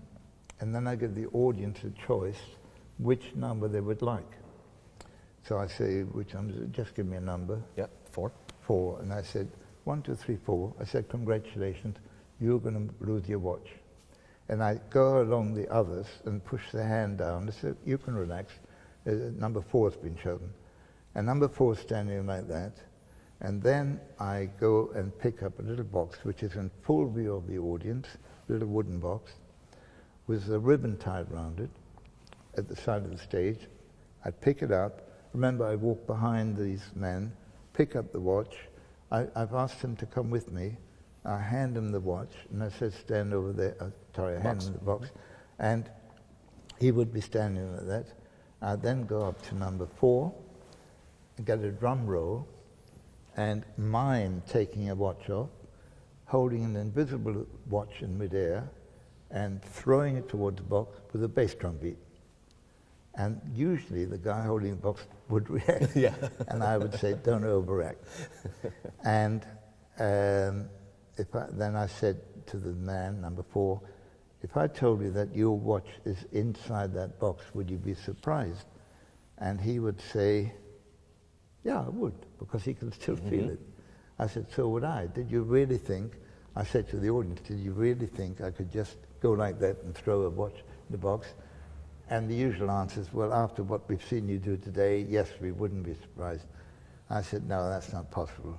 You can't throw a watch into a box like that, but you can throw 6 watches into a box. And when the other people look at their watch, they've all gone, except the one that was chosen. So then I go over, I untie the box. Inside the box is a little perspex box. And inside, and that's got a ribbon around it too, and when I untie that, inside you can see straight away are 6 watches, but they're all interlinked in a chain, and I pull them out like that. And the audience starts applauding, and the men crowd round, and I said, take out the best one, go on, help yourself, do whatever you want. And there's a lot of music, a lot of activity in there going down, and I said, excuse me, don't you want your watch back? And I've still got his watch. In the meantime, the guy who's, I don't want to mislead you, it wasn't always him, but one person would be left behind. I would pretend not to see him. They would tap me on the shoulder in an embarrassed way and said, I haven't got my watch. And I'd whisper and say, what? He said, I haven't got my watch. I said, but it was in the box. Yes, but I haven't got it. And I said, well, I didn't take it. And I said, I don't know whether you noticed it, but one of the volunteers was in a great hurry to go and sit down again, and they always accuse the wrong guy. And then I said, no, would the man who was holding the box to come back? And then he came back, he either had it on his wrist, or if I couldn't manage that, in his pocket. Yeah. That was the least of it. Wow. And then again, gave it back, and there was a lot of business going on, a lot of music to get the applause at the end. Yeah.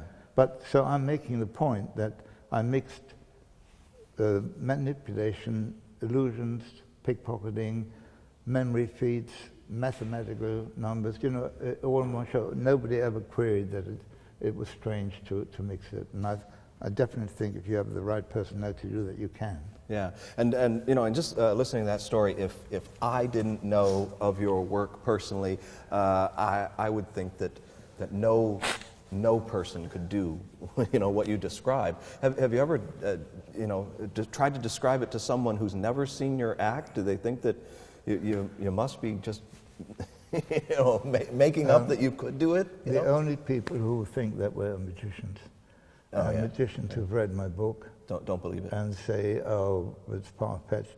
Well, I tell you, I've given you the description as the audience sees it, right? I will tell you now some of the techniques. First of all, taking a normal watch off with a normal watch strap takes about 4 moves.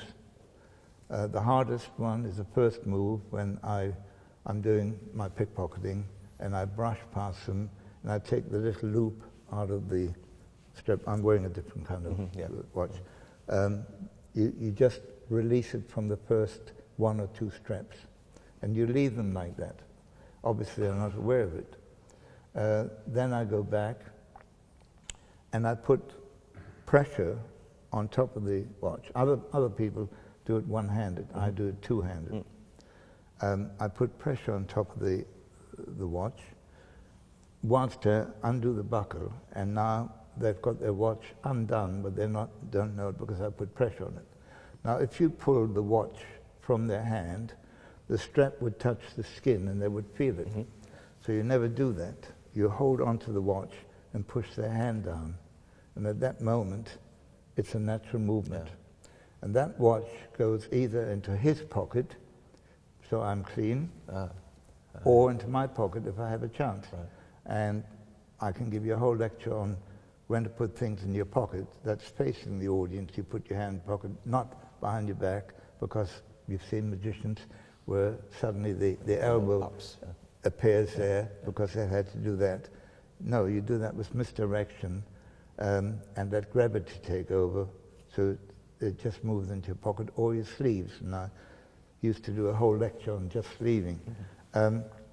So his watch, if it's in his pocket, a little later on I'll pick his pocket, which is easier, but mostly it went in my pocket. Having done that along the line, certainly in later years, many people wore this kind of watch, which had to come over the wrist once it's open. The only way you can get it over the wrist. And people often said to me, that's impossible, but it's not if you do it the right way. Once you've done the watch, and some just open up the metal straps, but like the ones that spring come, there's so many different types, and unless you're really familiar with all types, you shouldn't tackle this. But what I do is, I've undone the watch, which is hanging there, and I said, what do you keep in this pocket? And he puts his hand in his pocket, and both my hands are holding onto the watch as he pulls his hand out. A lot of misdirection, verbal misdirection, physical misdirection, touching misdirection, and as he pulls his hand out, he leaves his watch behind in his own pocket. I then pick it later on. So even magicians have seen me do this, said, it's impossible, you must have arranged something, and I never did, because I once, sarcastically in my early days, when magicians said, oh, they're all stooges, I said, yes, I pay them a pound a time, you know, £1. In those days, £1 was quite a lot of money, and they believed it. And I said, I get 12 people up, so that's £12. And by the way, we work twice nightly. That's £24, and multiply that by 6 days a week. And that was about 4 times as much as I was being paid. But it's worth it for the trick. I mean, it's just ridiculous. I worked a lot on cruise ships many, many times as a lecturer and also as an entertainer. And if you used one assistant, one stooge, I can assure you the next day the whole ship knows it. Even if it's a husband and wife and said, don't tell anyone, she's going to tell him something, or he's going to tell her something, they'll tell some friends the next day, and it just spreads like wildfire. So you can't afford to do that, you know. And even if you do use somebody from the audience, there's ways of doing it, ways of setting it up so that you don't take that chance.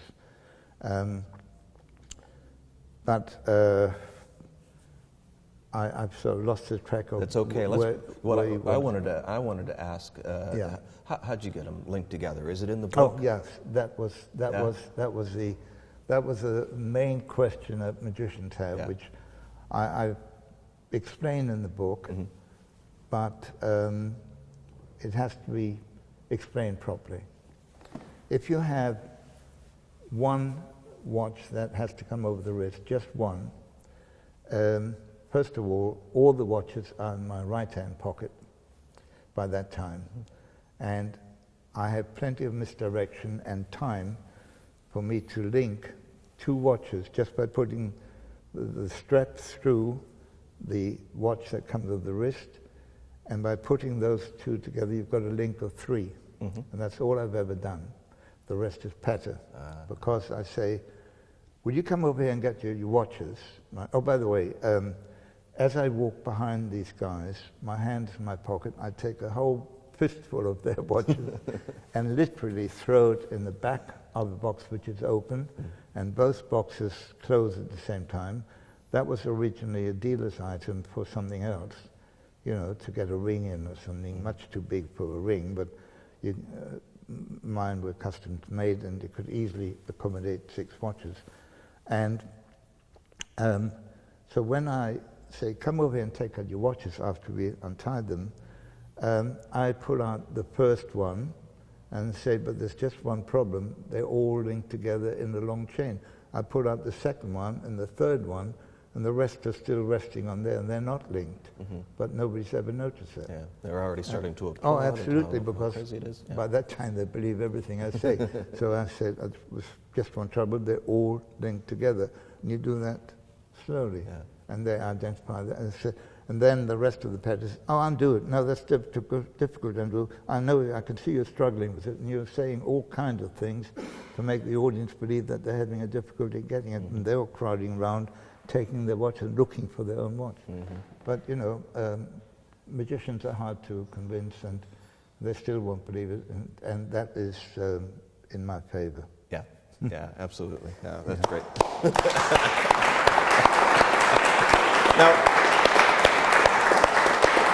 Now, I see on your list there that you have something. Is that the group that I'm actually thinking about? Yeah? Yes. Yeah. The name he's looking at is the Rat Pack. Yep. Dean Martin was appearing at the London Palladium with his partner Jerry Lewis, and there weren't many good places to eat after the shows. So all the famous names who appeared at the London Palladium used to go to a club called the Jack of Clubs, which was owned by a very short, stout little man called Harry Green, who was an actor and a magician. And he was a meet and greeter in this club, and they had some wonderful gimmicks, and all the famous people used to go there late at night. And Harry never could be seen without a deck of cards in his hand, and he would do some rather good card tricks. He wrote a little book on card magic as well. And I went there as a customer and got friendly with Harry Green, and he used to love doing a stunt on people and saying, take a card, and then he'd find it. He said, but that's a magic trick. He said, if you want to see the real thing, you see that young man at the bar, he can really do it. And I said, what do you mean? Well, he said, take a card, don't let me see it, and go over and ask him what card you thought of. And they would say, oh, don't be silly. And they'd be a little shy and a little embarrassed, and they'd come over to me and say, sorry, this is probably a gag, but Harry says you can tell me the card I'm thinking of. And I would say, oh, not that again. You know, Harry Green always does that to me. He said, of course I can't tell you, unless it's the 6 of clubs. Wow. And of course it was prearranged. He would force a card, and sometimes I would do it in reverse, but it was a gag. Anyway, he introduced me to all the top stars that appeared at the Palladium, and I would show them something. And Dean Martin used to be a dealer in a casino. And he could handle cards. You know, he could do riffle shuffles, he could do one-handed cuts, he could sort of a pan, and he was really intrigued with my work. And he said, "Where are you working? Who's your agent?" I said, "Well, I'm not in show business. I'm not working. This is my hobby." He couldn't believe it. And he said, "Actually, you could do me a favor." I said, "Yeah."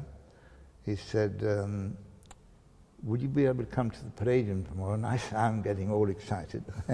And he says, "And you sit in the royal box, and I want you to heckle me at one point. We've got a gag, we need a heckle." I said, "Sure." So every night I sat in this box and shouted out this heckle. And one night I invited my older sister to come along as a guest, but I hadn't told her about this. And when I shouted out the heckle, she said, "Don't do that." She got really embarrassed. Anyway, he said, "I must introduce you to our band leader, band leader's brother."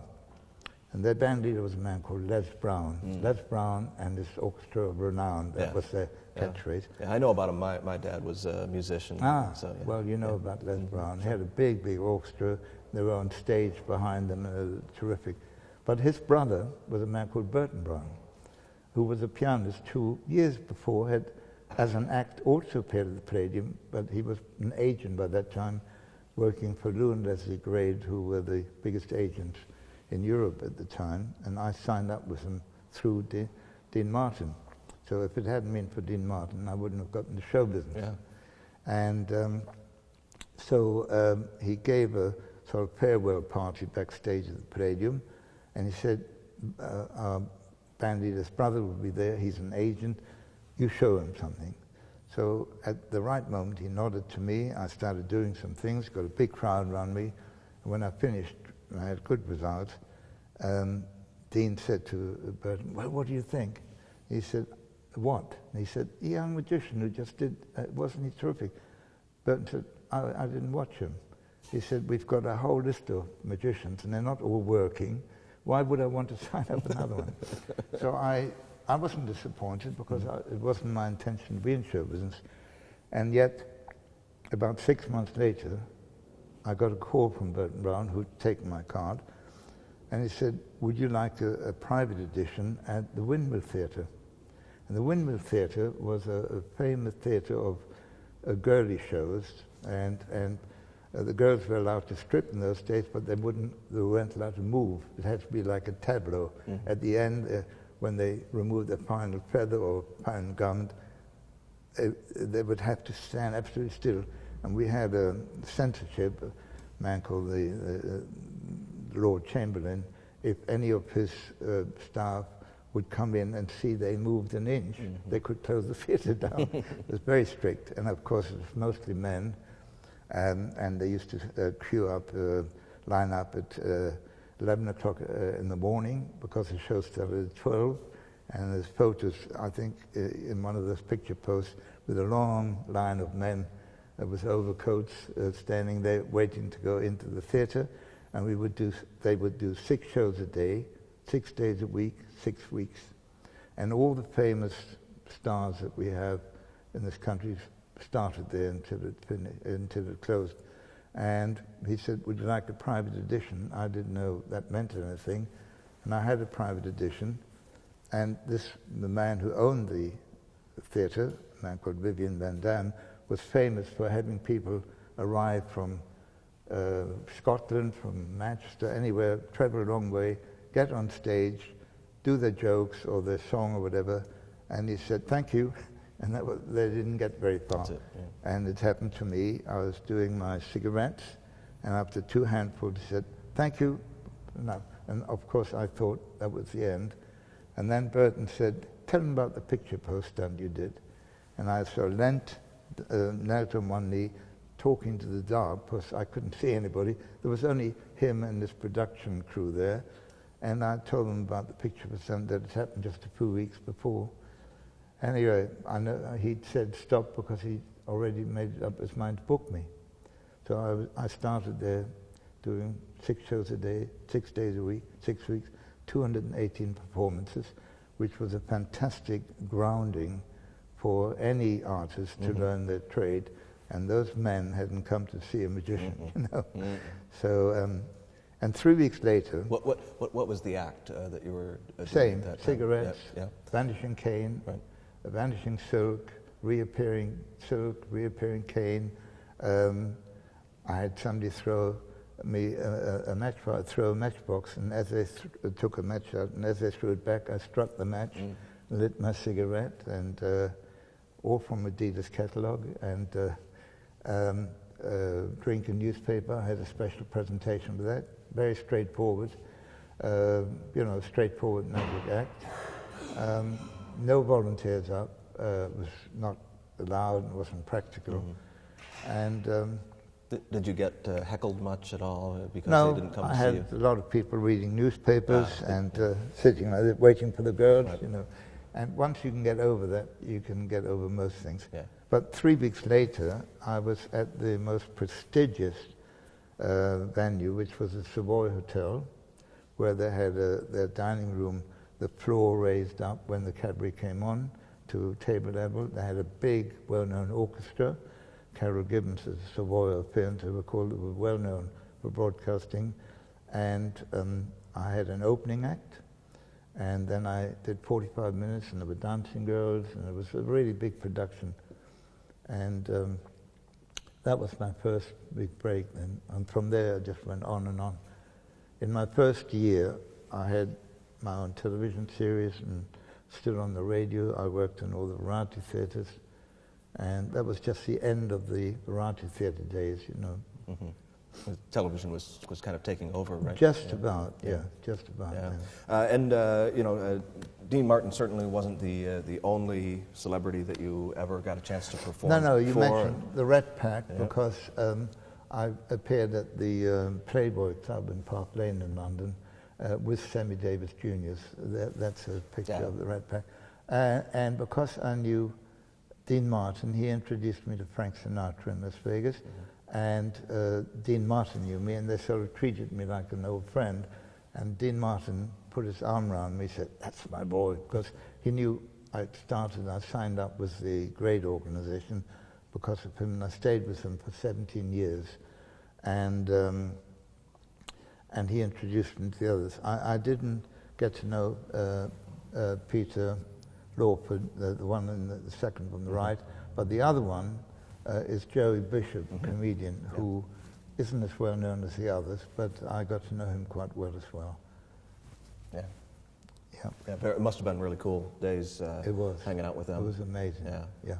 I only met Frank Sinatra twice, once in Las Vegas, and once he had, when he married Ivor Gardner, they had a big party in London, and I was invited by some mutual show business friends, but it was so huge apartment, actually 3 apartments all in one, and it was so crowded you could hardly get to see anybody else. But I met him briefly again then, and then you've also, when you were on television, you also got a chance to perform to many celebrities, and I see you've got Omar Sharif on there. Yes.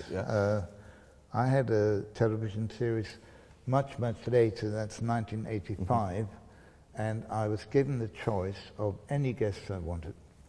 The trouble was, just before we started shooting in London, the director, a man called Mayhew, was told that he had to go up to Newcastle to Tyne Tees Television for 2 or 3 years. And he said, "You've got a choice. You can either wait 2 or 3 years and we'll do the show then, or you can come up to Newcastle to do the show." And Newcastle, a long way from London. So I had my doubts, because all my contacts were in London. People who made me props and other things were in London. I had the setup, and I made the wrong decision to go up to Newcastle, because it was a nightmare to do that, and to get celebrities to come up there. But I was very lucky, and my first choice was my all-time favorite, Orson Welles. I'd worked with him on a film, and we got friendly, and occasionally he'd phone me and said, "I'm going to a party on Friday, what am I going to do?" And I'd give him some idea. And so that was my first choice, and they tried for a couple of months to get hold of him, And he had a manservant who would all put them off. He wouldn't even put them through, and he was very dismissive. He wouldn't come to London, and he wouldn't do this, and he wouldn't do a show.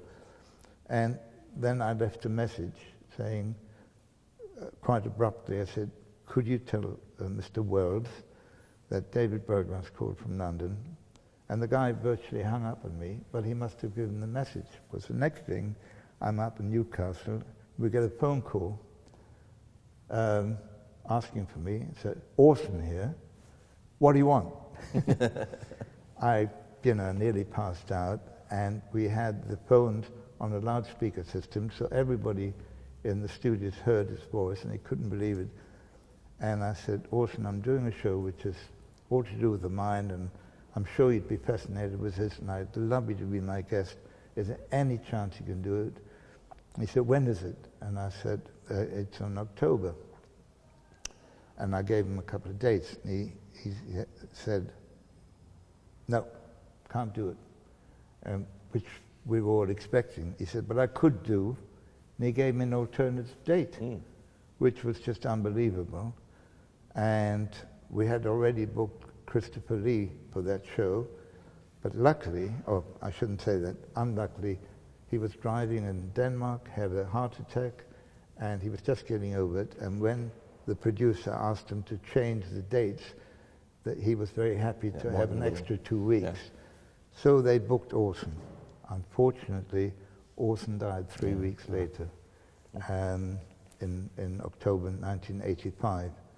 And it never happened, but it was a thrill that he'd accepted it, and then I had people like Omar Sharif, and that picture there, we've got about 24 decks of cards on the table, and I asked him to choose any two, and he opens the packets, brand new packs, and put one in front of me and one in front of him, and then he cuts to a card, and then I cut to a matching card. And then he put it down and he cut another one. I did 3 times. And that was the photo that was taken there at that time. Yeah, and I've seen the video on that. As a matter of fact, if people haven't picked up this still sealed, that one too. That one, yeah. That's the Berglas effects. This is about your card magic specifically. And in addition to the text that's in there, obviously, there's a few DVDs that have some of the great videos of you performing card magic for people. I genuinely had forgotten that. Yeah. I completely forgot, yes. I'll tell you, no offense to Richard, his writing's great, but I love the DVDs, a lot more. I in a way, I got more out of watching your work than reading about your work, yeah. Some of the criticism have been, I've seen people say it on some forums, if you want to learn the Berglas effect, don't waste your money on buying that book because you won't learn it. You will learn the principles of it, but you won't learn it. But if you want to learn good card techniques or presentation of card techniques, it's worthwhile buying the book. And I had a lot of praise for it, but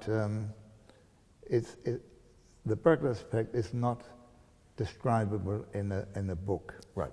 It is only on a one-to-one session over many months. Yes. And I'm not saying that to keep the secret.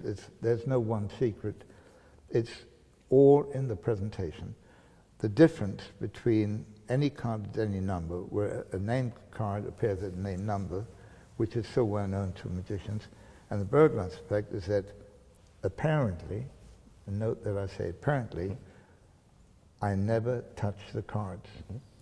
Now, it has been wrongly stated that I've only done this to famous magicians on a one-to-one or to small groups, and although you've seen on the video, I've done different places.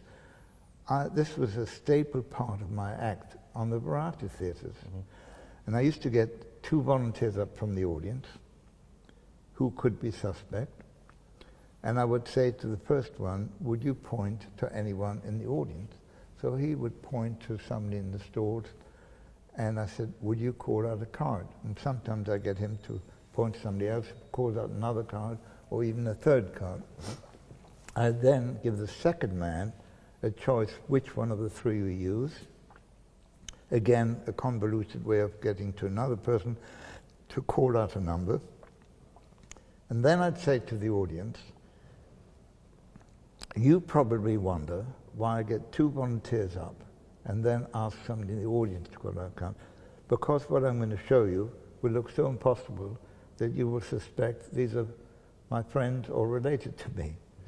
I said, so we have now involved 5 or 6 people, so it's very unlikely, but in fact it's impossible.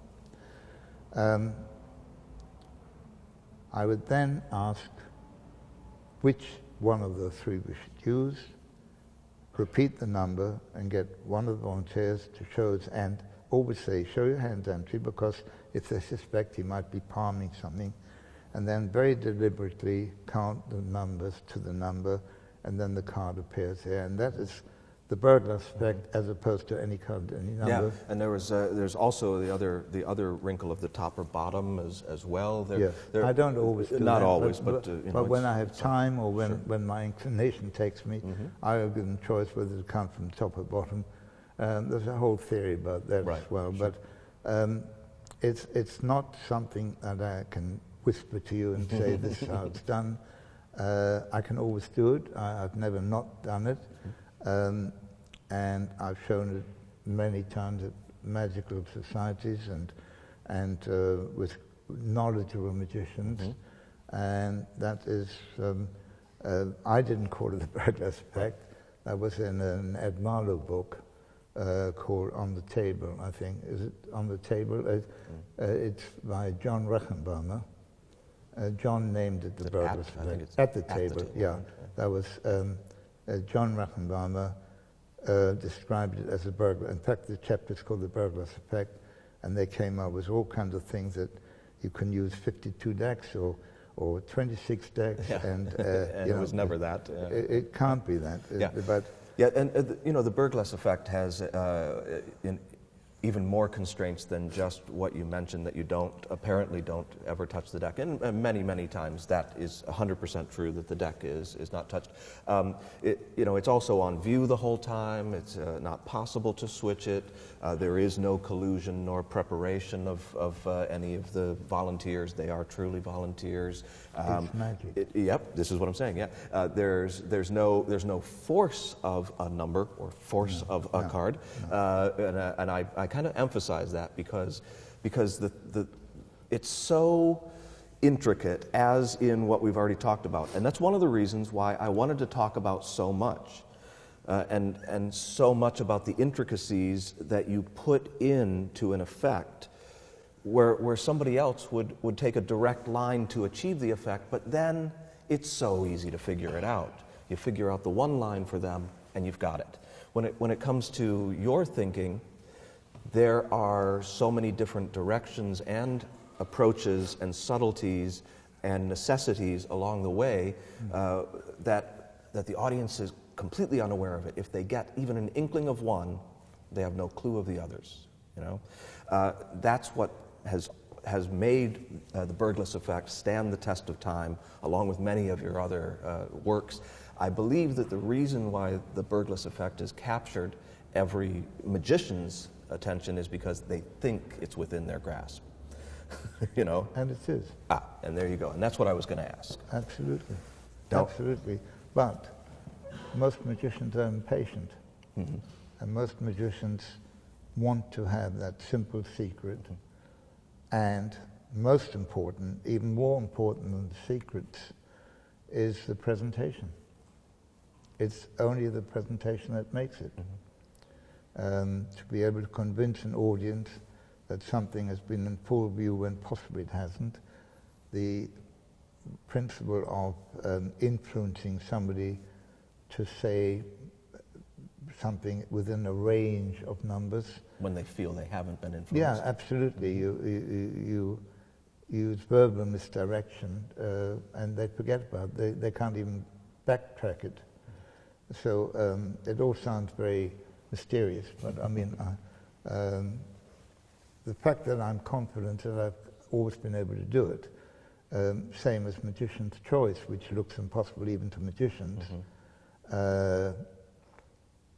perhaps I can deviate for 1 second. Yeah, please do. Choice It's got a similar, as far as I feel, a similar. There are many similarities. Feeling to it. Mm-hmm. And one of the secrets of Magician's Choice is that I maintain that nearly every layman who's not interested in magic understands Magician's Choice. You say, do you want on red a or black? rudimentary level. Red or black, and you say red. Do you want high, low, low, but that leaves me with the high. The minute you say that, any intelligent person will be alerted that you're using something different on your second statement. And I do the Magician's Choice as one of my favorite impromptu tricks. I ask them to gather 20 or 30 items and put it on the table. Then I get them to put them in 2 or 3 straight lines. I get them to count them. I get them to pick up odd or even. But every sentence is said in a different way. And quite often I seem to say it before they've done it. Because there's this body language, you know, when you see somebody going towards something, you can make a comment. And that's not easy to teach. It's not easy to think the way I think, or I can't think the way they think. So it's a thought process which is hard to teach. But there's certain elements involved. Let's say there are 2 rows, and they've numbered them, and one's got 11 items, and the second row has got 10 or 9 or whatever. And then I say at one point, when they've chosen those items from 13, I've only got 20 left or 15, and I say high or low. High. Now I can now choose whether high means the upper row or the most numbers in the row, which is 11, is higher than 9. So I haven't told you that beforehand. I just say it as a natural statement. So you want high, that's the upper row. If I said to you, want the highest number, you would take that. This is just one little clue on that. It's a great cue because the word used in that instance sounds very specific and will be very specific once you use whichever outcome is necessary. And that's missing from a lot of magicians trying to do the Magician's Choice. There's another simple solution is when they count them, I say, which has nothing to do with it, like don't go over water, you know. I said, are you left or right-handed? And you tell me, and I said, well, with your right hand, or whatever you said, point to each item and count it. Now, they're misdirected because I've said, are you left or right-handed, which is not important, but the next thing is important. I say, you've counted them. I say odd or even. Now, I didn't say that if you say even, we're going to take them away or leave them. So, you know, as long as I haven't committed myself before it happens, you've got you think it's natural. So when you say, I want even, I say, well, take all the evens away. With 2, your 4, right hand, 6, 8. you know, because well, very, not necessarily. or whatever. No, is, that's gone by. You know. Board. I'm finished with that. Are you finished with that? That's a bit of mental misdirection to say, are you left or right? Don't go over water is a misdirection. I don't care what hand you use now. I just say odd or even. I don't say, do you want odd or even? I don't say, would you choose odd or even? I just say odd or even. You say even, and of course I'm looking down. But there's more to it, because my first object might be in the second row, and the first object might be in the top row. And I have a way of getting around if they're in 2 different rows, and I can tell you again how I would do that. So if the first object is in the row that I want to force, then I would ignore the other row, put them all to one side, work with that row that's left, get to the first object, and now put them out again, and now I've got the second object to do it again. But if it so happens that both happen to be in an odd position, top and bottom row, I said, take all the evens away. We're now left with whatever number of objects plus the 2 that I'm aiming for. So there are lots of little tips like that. but I don't think we know each other well enough for me to tell you any more than that. Yeah, fair enough. I'm not telling you my work either, not that you need it. No, you certainly don't need it from me. Absolutely. I'd like to bring on my son Marvin. Yeah, that sounds great. Because I'm extremely proud of him. Yeah. Because as you pointed out, he's achieved a lot. They celebrated 25 years of Melbourne's Magic last year. Yeah. And he's, of course, grown up in this crazy world of show business. And I think if anyone can give us some closer, there he is. Yeah, if anyone can give us a closer look at you and what it's like to be around you, he's the guy that knows it. I should think so. So please welcome to the stage Marvin Berglas.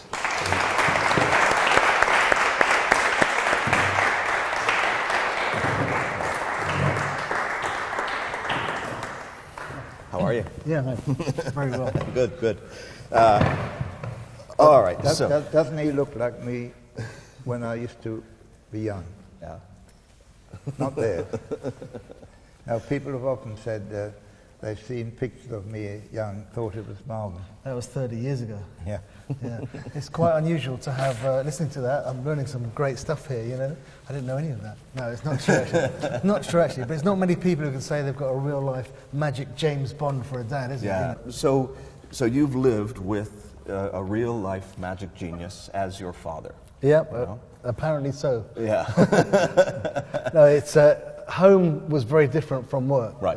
We, as Dad said, we tried to have a very normal and natural home life while Dad was jetting off everywhere, but actually it wasn't like that. I think the influences of him clearly rubbed off in many, many ways. Yeah. And, you know, as I grew older, obviously a lot of people thought, well, why didn't you do the Berglas effect, or why didn't you do this? And I purposely chose not to be in that comparison or scenario, to be compared, because his thinking is so different from every magician I know, or every magician we all know really, and it's quite unique. But there are so many qualities that have rubbed off on us as a family, and the thinking behind it is genius in many ways. And it's only when you look back and you see these types of things, like the degree of preparation for some of these effects. Dad always had this thing about it's really important to prepare to the nth degree for every scenario that could go wrong.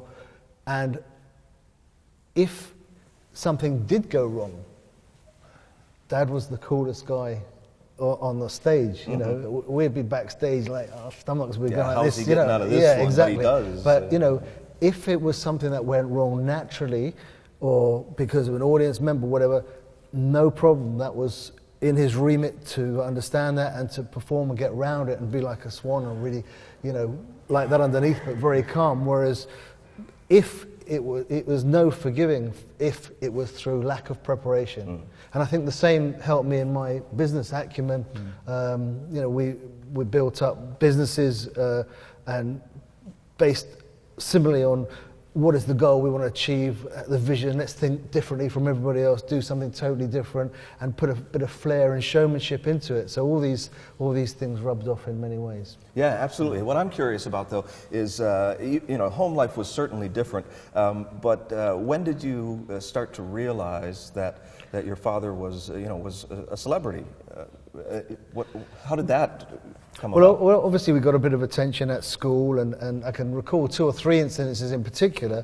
I think the first one was when Dad was working abroad in Holland, and he was the first overseas TV personality of the year. He was a big name out there, and we were traveling with him to watch one of the shows, and the attention of people pointing in restaurants and at the airports and stuff. It was a peculiar scenario. We weren't exactly that used to it. Dad had sort of kept us from that, and that was very interesting for us.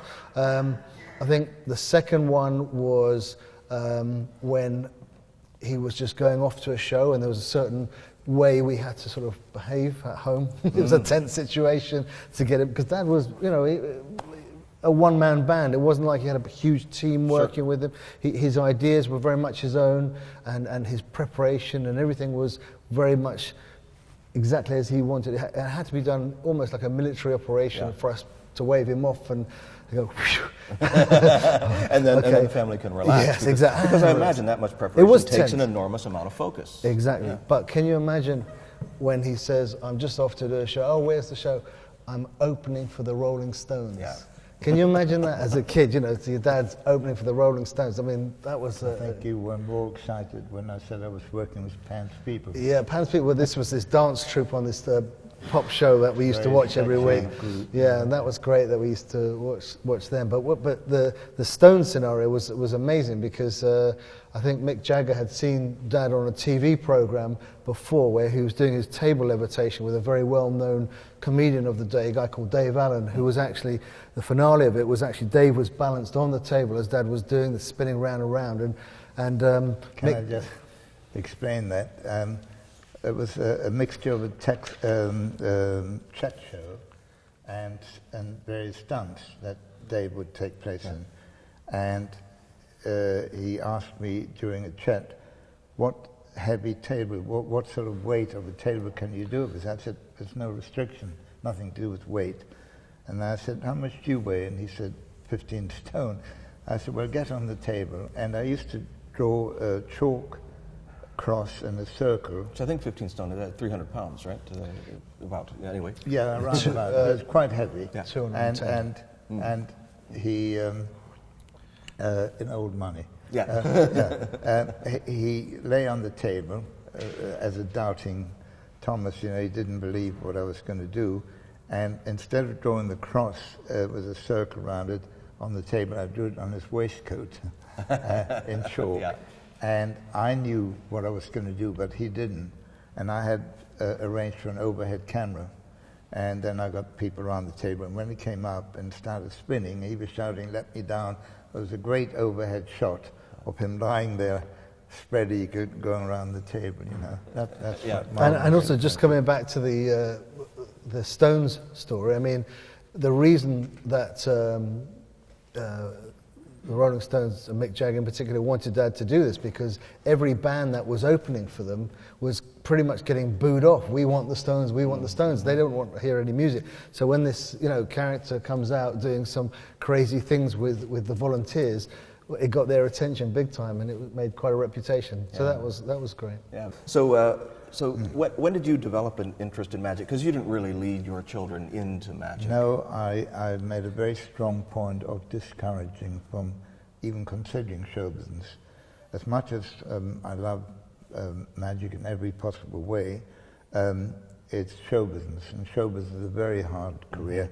You can be earning huge amounts 1 minute and nothing for the next 3 or 4 months. So it's precarious, and I realized that they weren't really interested in magic as a hobby, and I wanted to discourage them from going anywhere near show business. And it took quite a few years before he slipped through the net. You know, one of the reasons probably is that when we were very young kids, our birthdays always seemed to come around times that was the magic circle competition of this, that, the other, where Dad was judging these things. And you know, you talk about the difference between good and bad magic. Mm-hmm. As a child, I knew that very well. I saw a lot of not so good magic. And I think it's only when you see some great magic that you really understand the difference. I always say it's like a violinist, you know, a good violinist or a bad violinist, better to have no violinist at all if he's no good, you know, and I feel the same with magic, and it's helped me greatly, and I don't mean to be disrespectful to any of the kids who were doing magic at the time, but we were sort of more interested in sport and chasing women and whatever you do at that age, you know, and it was good fun. Really? Yes. And, but, you know, it was actually, I think, I was a last-minute substitute when I was about 16 to join Dad in a magic convention in Lyon in France, where he was launching a book and a trick deck of cards, and he was lecturing, and I was there to help him out. I was pulled out of school one day. Could I go? And I went. I think it was a mixture of things grabbed me on this trip. Firstly, the site where we had been given was with the rest of the booksellers, and I didn't think that was a good place. So I thought, no, we've got to be. What about that place? It was right in the key. So I was a bit pushy, you know, probably. And I started demonstrating these cards, which could do lots of card flourishes, and And all of a sudden, I didn't realise I had a huge crowd of people around me. This is fun, you know. This is good, including some, you know, some great people around me. So I just got, I think it showed me the showmanship side of it, which stuck and helped me in my business of demonstration sales in stores and stuff, because we use the same principles, very much how Dad uses the principle of making your impact on stage within the first few seconds of people liking you. In a shop environment, it's very much a similar thing. You have to get people's attention within moments, keep them, and have a start, middle, and a finish. And whereas on stage, the finish is your applause. In a store, it's someone having enough confidence for them to buy something from you. So there are a lot of similarities which, you know, which have rubbed off in that way. Yeah, and one of those similarities is the high quality of production that your company does, because you're using some of the top artists and top designers to do the cover and the artwork, which is beautifully produced. We actually do it all in-house, Dan. You know, and it's great work. It's great work. Thank you. It's something which, you know, I think is important. Presentation, I think it comes back to it. You know, I'm not the first person to have been selling magic tricks to hobbyists and to the public, but you know, I've been told I'm one of the most successful, and our products appear in 64 countries worldwide in many different facets, and that's probably using the same thing of quality, good presentation, good design, and we want to exceed our customers' expectations, and that's probably, you know, mirroring exactly what you were doing on stage. Yeah, I have to tell you that Sure. I exposed. We had 2 sons and a daughter, and when Marvin was about 5 years old, and our son was about 6, their favorite program was a program called the 5 O'Clock Club, and I didn't normally do children's shows, but they really wanted me to do that, so I did. And I had a big crowd of children, and I said, I need 2 volunteers. How about you and you? And I pointed to them, and they came up, and I said, oh, what's your name? And my other son said, Peter. I said, Peter, nice to meet you. And what's your name? And Marvin was so nervous, he said, just couldn't I do said, it. Marvin, what a nice name. Yeah. And there's a picture of them. Yeah, well, we were actually probably about 4 and 5. I'm the little kid with glasses there. Yeah, that was a thrill to be there. But I remember you said, you know, you get 2 volunteers, you and you, but there was thousands of kids jump forward first. We were right at back. I'll have you and I'll have you. Yeah, I remember that day well. Yeah, very, very cool. You know, and so you are also a performer, but as you've said, you're not doing your father's material, or at least you're not doing some of the signature effects. Are you performing, you know, any of the pieces that he's developed? There's certainly lots of influences and things that we discussed many a time, but I would do probably more commercial things, but I do things in an environment which are, by most people's standards, probably very high profile. I've you know, always been interested in sport, and I was the first resident Premier League magician for all the hospitality, and from that led to always doing lots of sports peoples in their homes, weddings, that type of stuff. And then I did a lot of corporate things as well. And I enjoy it, and I think it's, you know, as a magician, you're only as good as your last show. I think, you know, it's really important to keep your hand in, and there's a great expectation if I'm running a big brand of magic that I should be able to perform, so I like to think I do, and clearly many of the things that Dad has done over the years have influenced me, but I probably wouldn't do his signature effects as a tribute to him. Sure. How strong of an input do you have in Marvin's work? He's being a little bit shy because through his contacts, and his particularly sporting contacts, he gets the most prestigious shows, and he keeps getting literally year after year after year repeat bookings for the same people, so he must be doing something right. Yeah. But I don't know how he can shuffle his enormous business with his number of shows that he does, but he does, and I enjoy it. It's good. Yeah. Well, you know, the legend of you know, Berglas continues. You know, being passed on to a new generation, to another direction, which I think is very, very cool. Let's talk, if you don't mind. We're gonna swing back around to some of the other celebrities that you've had, you know, a chance to meet. Good link, you know? that I can tell you great. that Marvin's been a sort of key feature of Hamley's. One of the best-selling products in Hamley's toy store and Harrods, Selfridges and also other places. And we were told that Michael Jackson was going to turn up. Right. Now, he actually visited Marvin's Magic on a number of occasions. And on one occasion, Marvin couldn't be there, and I was always the host at that time. This is not a very good picture, but that is genuinely Michael Jackson. And that's not genuinely. It's a David Berglas lookalike, by the way.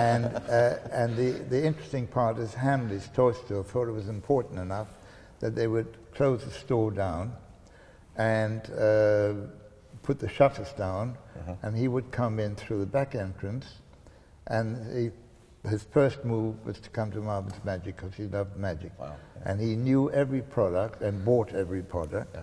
But then he went through the store. He had his young nephew with him, so everything apparently was for the nephew, but I think it was really for himself. And he'd literally go around with his staff pointing to things that he wanted, and it was a whole van full of stuff that would be delivered to the hotel later on. Incredible. But his first move and his longest visit was to Marvin's Magic. Yeah. And when we brought out the first and only Magic Circle box, that's whilst I was president of the Magic Circle, and I stepped away from the decision because I didn't want them to say it was an influence through me. They decided on a number of manufacturers who would be the best one to produce it, and they chose Marvin without me being in the room. And so we brought out a couple of big boxes of Magic Circle Magic, and also one big box of card magic. And when Michael Jackson came third or fourth visit to Hamley's, he saw the Magic Circle box and he literally picked it up and kissed it. I mean, it's a ridiculous thing, but he did. He was so excited by it. Yeah. So yeah, we met a lot of celebrities through either Marvin's Magic or myself, and that's one of the visits, early visits of Michael Jackson. And also, I think you went through a slide, Bob, of when I met Bob Hope and trying to push a Magic Circle banner onto him. We met for a completely different reason, and we had spent a very nice afternoon together. But in those days, as president of the Magic Circle, I always tried to push the Magic Circle. So I said, let me make you an honorary member of the Magic Circle, and gave him a banner of the Magic Circle. It had no meaning. And is that his reaction to being made an honorary member? Yeah, he said, what? No. He was charming, he was wonderful. And he actually, that day he joined a show business organization. It's the world's largest charity show business organization called the Grand Order Water Rats. And he was well into his 80s at that moment. He said, this has been my one big ambition to become a water rat, because he was born in England. He was born in a place called Eltham, and he always wanted to be part of that, and he was. Yeah, it's pretty exclusive yeah, it used group to be. Join. Yeah. Yeah. And the other thing, coming back to Marvin's Magic, the other thing about the shop is that you've had a lot of demonstrators trained there. You teach magic within the shops too, and then some of these young guys are maybe names that people might recognize. You want to toss a few names? Sure, we're very proud of that, because we've been going for 26, 27 years now, and it's actually instinctive how we've learnt to demonstrate. And there is a certain Marvin's Magic way of doing it, and we've honed that over the years. And it's actually very interesting because it's changed greatly, where we used to have a whole wall of individual tricks like you saw it there. We learned that probably wasn't the best thing, because you might have an enthusiast there for a long time watching, so what does that one do? And then the guy demonstrates it for 20 minutes, and then what does that one do? And before you know it, an hour's gone, and he said, all right, I'll think about it. And so now we're much more focused, and we sort of, we would gather the best of the things to make a real start, middle, finish show. And some of the names that we've had over the years are people that you will recognise in magic, like Andy Nyman, who was a great Svengali demonstrator, used to do his own thing on it, Mark Paul, great mind reader, Nick Einhorn, Anthony Owen, Guy Hollingsworth demonstrated very famously the Svengalis using a straight, normal pack, you know, which I always like. But we always knew if there was a pack of bicycle cars lying around, we know they're doing their own thing. So we learned to sort of just, come on guys, keep it in shape. But, you know, it was a great minefield of people through the years who've come through, and many of them are really nice, you know, who say and acknowledge their time with us. Has been great for their careers, and in fact a lot of the trade show magicians, people like Pete Wardell and those type of guys, saying that it's big boys marvelous magic. What they were doing there in store, what great experience to be in front of literally tens of thousands of people every week, being able to demonstrate. And it translates into a very viable market for them, you know, as performers, working for trade shows, working for companies, you know, being able to pitch their products and you know, and even go on from there. That's it's a great start. And even nicer for us is that many of our customers who literally grew up as kids, second, third generation, literally so many come up to me, you know, surprisingly, and say, you know, I started with Marvelous Magic, which is really a fantastic thing, because I like to think we have encouraged literally tens of thousands, if not hundreds of thousands of magicians worldwide. Sure, absolutely. Can we, you know, see what influenced Richard Branson? I see him on there. Just how did you run into him? Didn't exactly run into him. It was we spent a long time looking for headquarters for the Magic Circle. Our first president, as most people know, was David Avant in 1905, and at one of the first meetings he said, I think the Magic Circle should have their own headquarters. And it only took us 95 years to achieve that. And we spent a long time looking for different premises, and because we have a lot of out-of-town members, it had to be somewhere central in London, near the stations of King's Cross, Euston Station, St Pancras, and we've always been in that area. And after we'd moved out from a couple of hotels where we rented space, we were for a long time in a building right next to Euston Station. Then we moved to Cheney's Mews, which was in Tottenham Court Road, again very close to the stations. And so we really felt we should be there. Then we moved to Marble Arch, which was slightly out of the way as a Victory Services Club. And when I became president, we were very actively searching because we were in rented premises, and eventually we found places in St Stephen's Way, which is literally 3 minutes walk from Euston Station, in a mews, and there was a great atmosphere, a very derelict building, so we had to convert that. And the building was actually a strange shape, the first floor, second floor, third floor, and we've built it out, and where we've created the space on top is now a really up-to-date theatre, which we're very proud of, because it's got all facilities that you could possibly want. It's got a very intimate atmosphere, and to open the place, we couldn't seat more than 163 people. We had to open it 6 times every night of the week, from Monday to Saturday. And I had to do a sort of a ribbon-cutting ceremony with different celebrities.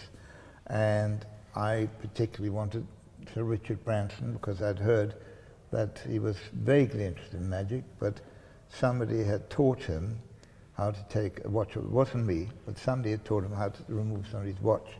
And he claimed that that trick, he bet somebody, and that enabled him to buy BOAC, that's the British Overseas Airways Company, because of that trick. It's probably an exaggeration, but I wrote to him, and of course he's a very busy man, he's always traveling everywhere, and eventually he agreed to come and open the first night for us, and he did, and he turned up, and it was a sensation that we had him there. And as soon as the ribbon was cut, that's my wife Ruth on the right, And the lady on the left is Gay Blackstone. That was my very close friend, Harry Blackstone's widow. Harry had only died a few months before, and yet she went to the trouble of flying over for the opening. And I always used two ladies to hold the ribbon and a man to cut it, a celebrity. And the one night when I used the architect and the builder to hold the ribbon, I had a lady, a celebrity, Gloria Honeyford, cutting the ribbon. And as soon as the ribbon was cut, I used to say to you, I've just remembered, we've got to do this again tomorrow night. So I would go like this, and it would be magically restored. This ribbon cutting, I put on one little piece only for the magicians, because when it was cut and restored, they still saw a piece missing. The lay people wouldn't have noticed that. And then I went like that, and that piece came back as well, and you have to be quite quick to spot it. But then Bob managed to freeze it so we can see that kink missing. I don't suppose you can see it on that picture. And anyway, it was quite a feat to get in there because, as I said, you know, he turns down nearly everything else. And he came, made a little speech, looked around, was very impressed with the place, and made some personal remarks, which was nice, and then he left. So that was a good opening. We had a different celebrity every night. Yeah, yeah, terrific. I also see on the list here that you have some films. Were these ones that you appeared in? It's a mixture. I've been an advisor, technical advisor, magical advisor, a special effects advisor on many, many films. I've been very lucky. Picture on the screen now is where that was my first major film. I'm talking to Orson Welles there in the film Casino Royale, which was the first version of it, and standing behind Orson is Ali Bongo. He worked for me for 3 weeks on it. I was on the film for 10 months, and I used different magicians, and Ali Bongo and Pet Page at different times, and that was really my first major film. And after that I worked on Batman and on 5 James Bond films, a film called Willow with Warwick Davis. That's great, you know, very popular in America as well. Really? Yeah. I didn't think it was known, but there's a picture of Willow, that's Warwick Davis. We had, believe it or not, 250 midgets or dwarves in that film, and you cannot imagine what problems that created in having to build special dressing rooms, special dining rooms, toilet facilities for little people.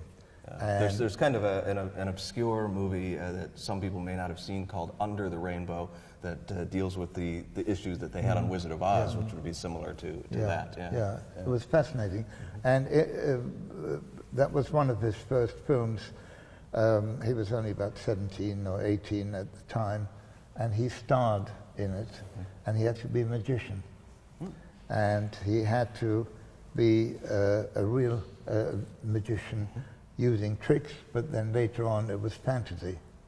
And at one time he's at the village fete, and he's trying to make a pig disappear, a little pig like that, covered with a cloth, and it goes wrong, and we see the pig running away squealing, and people are laughing at him.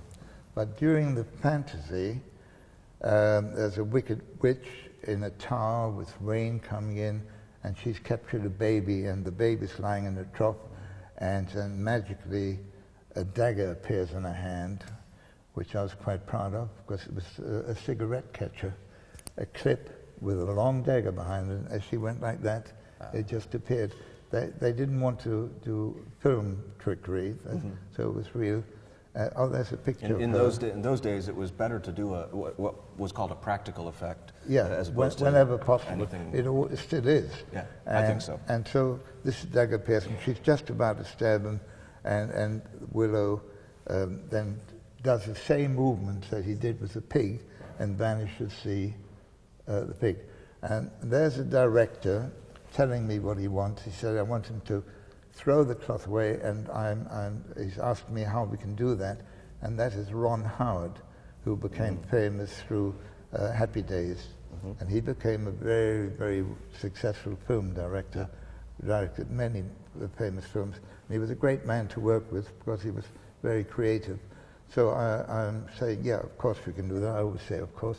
And we managed to get him to do that. I think there's another shot probably of that. No. Oh, that's me talking to Warwick Davis and a troll, one of the trolls. He had to fend off one of these strange figures called a troll, and he did it by doing some magic. And where this troll was very aggressive, he suddenly becomes more benign and watches the magic, and that's how he gets away from it. And this is a rehearsal shot where I'm just showing Warwick what to do on that. It was an interesting film to work on, but I've been very lucky that I've been involved in different films, especially Bond films, of course. Yeah. I would observe that, you know, having seen the amount of diverse work that you've done, I've never seen you as happy to be in the creative environment of film and filmmakers, because there's a lot of like-minded people who want the attention to detail, who can make anything a can-do people, and will make it happen for that nth, you know, degree of shot. So whilst I said you weren't a team player, when you were working in that team, you loved it. And I think there's one we're talking about James Bond, of course, which was fantastic. I remember coming with you to the to one of the James Bond movies, which was fantastic. Octopussy, it was, where you had to teach Roger Moore to palm a Fabergé egg. Yeah, that's which right is, on the screen. Yeah. The man on the extreme left is Cubby Broccoli, one of the producers of the Bond films. And by the way, the vegetable called broccoli is named after their family. Really? Is it really? Yeah, I've always wondered about that. They came from Italy, and they're very proud of that. Yeah. But that's this is an interesting story because, and this would only happen in the years of video machines, because James Bond, in this case Roger Moore, had to make a Fabergé egg, a very expensive egg, switch for a fake one, and had to be in the auction house. We recreated Sotheby's, and they asked me how we can do this, because when you do a film cut, people who have recorded it on video say, at which point could he have done that? And they wind back, and if they don't find the part, even if it's a pretend part, they wouldn't be happy. So I had to actually find a way of doing it. So James Bond is bidding for this egg, and he asks the attendant to come over, and the egg is on a velvet cushion. And you can do that. You look at the catalogue, you see the photograph, you say, bring it over, please. He picks it up, you're allowed to do that. He compares it, he looks at it, and he puts it back. And that was my only chance, I thought, of switching it. So, and the actual fact, the switch was very simple. It was that he held it, he had the catalogue here, there was a just slight movement while he dropped his hand, picked up the other one, it was lapping, and he compared it, and it looked perfect. And they asked me to demonstrate before Roger Moore took over, and Cubby Broccoli, after a long wait, said, well? When are you going to switch it, right? And I said, I've done it. Yeah. And he was standing right there. I was very proud of that moment. Yeah. But it's not always been sleight of hand. I'm quite creative, and so when we have script meetings, I come up with ideas.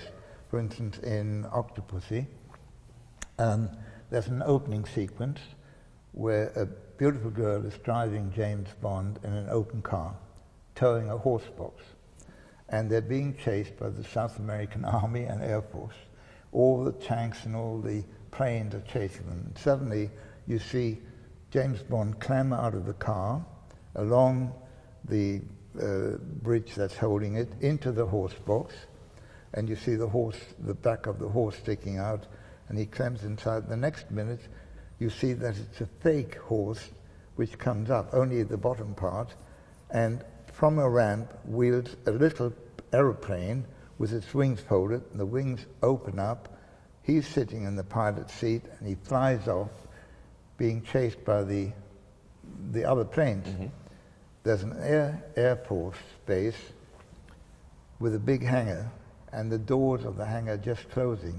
He turns his plane sideways, flies through it, just gets out in time as the doors close. A couple of the other planes fly in to copy him, and explodes, and that's before the titles are run. Yeah. And then the titles run. Well, the horse was my idea. They didn't have the horse. They had a horse box, but they were just going to have him climb in. I said, no, let's have a mechanical bottom part of the horse that lifts up.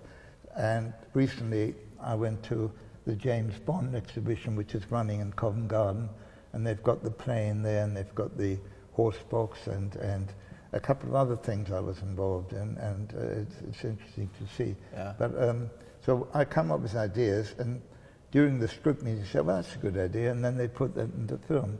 And I did a couple of scenes in Batman, which were my ideas, and I'm always much more proud of that than the magic side. I'm just curious, what were some of the things? Well, first of all, I wanted to ask, did you design any of Q's? Apparently Q comes up with them, any of the gadgets for... I was one of a Were you team. a real-life Q? Yeah. I was not by myself. I was in a team of 5. The others were special effects men that I've worked with for some years. For the man with the golden gun. The golden gun was a cigarette lighter, a cigarette case, all gold, a fountain pen, and the bullet was a coupling for the trigger. And there was a gold bullet, I not only helped design that, but in one of my television series on Channel 4, I actually displayed it, and because Christopher Lee was in that film, one of my routines was to have, I gave Christopher Lee the credit that he was the most filmed actor we've ever had in this country. He'd made 178 films at the time, and I said, I have a little surprise for you. And we took a cover of a table, and I had a big table with all items from his films, items that featured in his films. And I said, I'm going to ask you to think of one of those. And each month, each week, wasn't it weekly? Yes, I can't remember. There was a weekly series. My prediction was based on something called a light sculpture, which most people call plasma globes. They're these glass globes with electronic lightning inside. When you put your Which are hand very on popular and easy to get now, but back then, That's right. almost impossible. I can tell you the figures. I have one at the Magic Circle, which is an 18-inch globe on a stand. It's been there 20 years now. Still working, not as well because the gases inside are fading. That was on sale at Liberty's, a big store we have here, for £35,000. Yeah. I tell a lie. That was a 21-inch. The £35,000 was a 21-inch. The 18-inch, which is at the Magic Circle, was £23,500, and the 12-inch... A much better deal. 2 or 3 different colours, yeah. And the 12-inch globes, which I've got a whole collection of, from the originator, an American, which is signed on the stem, you couldn't get under £45,000. And now they have imitations which look similar for £120 or something like that. But at that time, there were real collector's items, and I featured them in my television shows. And I was featuring them on the show with Christopher Lee. And you can do all kinds of things. If you touch it with one hand, hold a fluorescent tube in the other, it'll light up. Even a 6-foot tube, you know, and I use that as attention getters for trade shows and so on. And I said to Christopher Lee, think of one of the items, and I always had a little paperweight made to look like a miniature light sculpture with an acrylic base, but underneath with a brass plate engraved, and that was my prediction every week on the shows. So he thought of one of the items, And then he said, unexpectedly, can I change my mind?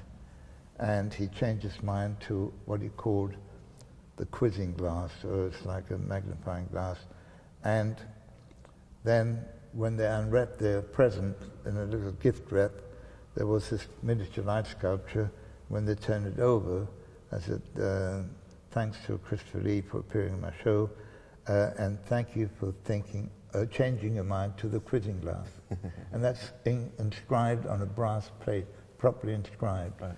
And each week I had a different inscription for a prediction like that. Yeah. Now you've shared in the past how you achieved that in particular. Would you mind sharing it again, because it brings up another interesting point? Well, okay. First of all, I've always been very precise about not letting the production crew know the secrets. If ever possible, I don't say I'm going to do this or that. They used to get quite angry with me because I said, then we'll do something here, and I'll be over here, and I want a mid-shot, and I want a close-up. They said, well, do it. I said, well, I'll do it on the show. And they would be a little frustrated because they wanted to check it on their cameras. And of course I would do it if it didn't expose the secret. And so I never told the production staff how I got the prediction there. Now, some of the predictions you can do in advance. Let's say, just for example, you do a newspaper prediction or a book test, and you know you're going to force something or a number, you can predict it beforehand. But most of the ones I did, you couldn't possibly predict. So everything was already engraved, except the vital words. I actually had an engraver in the basement of the building. Yeah. And I had a runner and a method of communication. So once we knew what the last word would be, he would be told, he would engrave it. But the clever part of it was that the gift wrap box had been in view all the time, apparently all the time. There were many times when we cut away, there was a time when either I or someone else could switch the gift wrap to an identical gift wrap with the right prediction in it. And so all my guests walked away with this, we called it paperweight, put on their desk.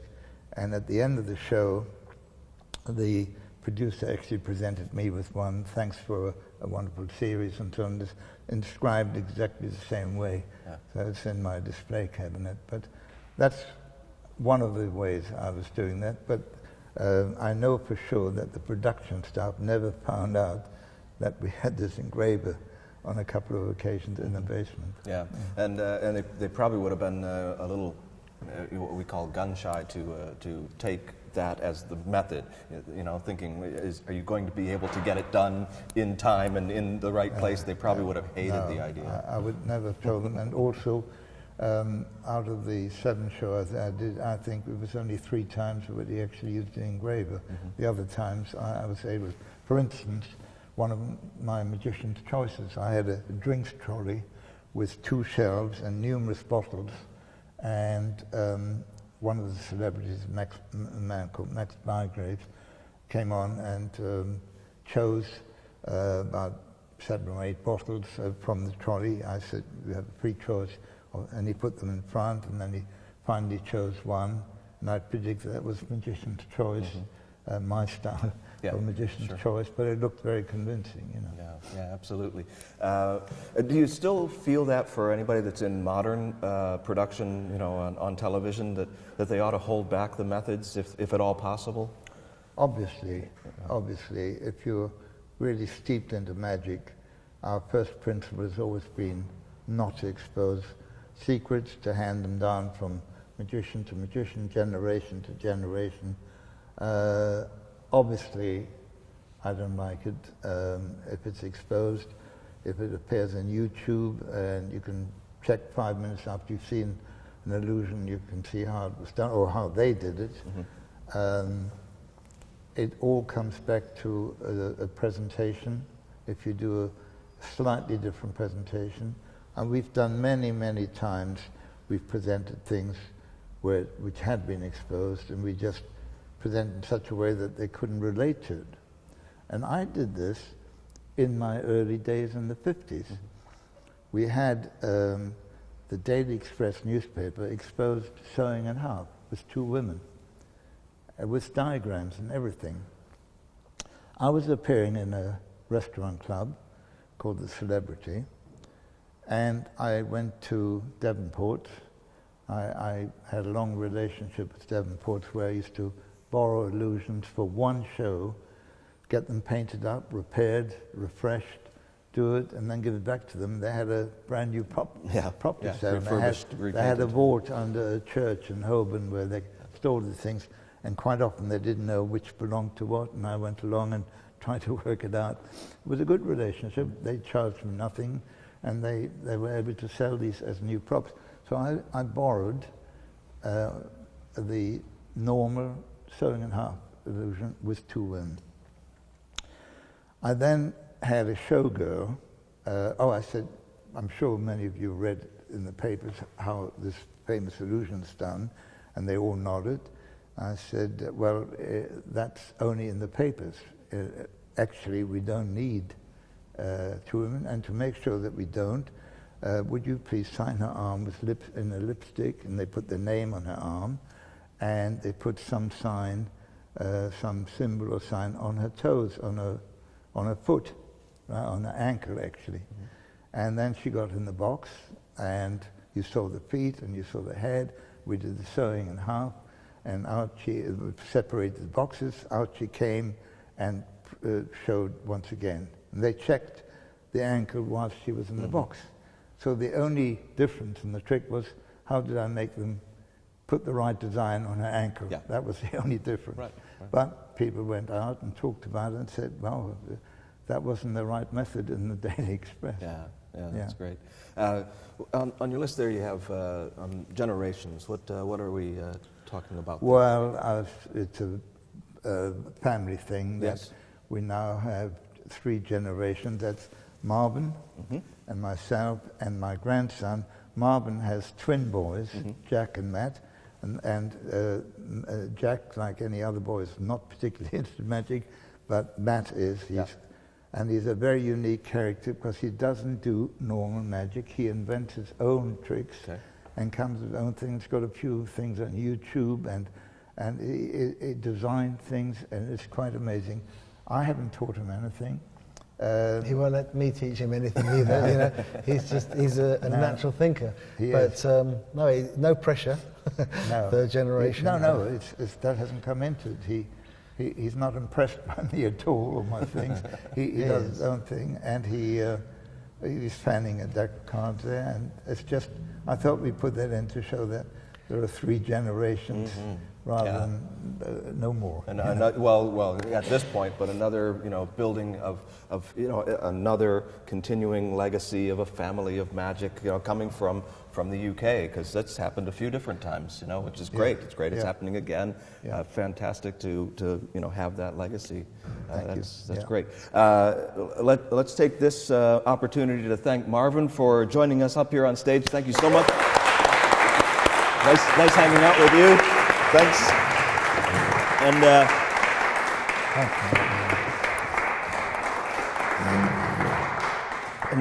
And David, let me just double check to see if we have any questions from the audience at all. Is there anybody that would like to ask Mr. David Berglas a question? Yes. Just to say thank you, David. It's been a real honour to be here tonight and to listen to your stories. It's wonderful.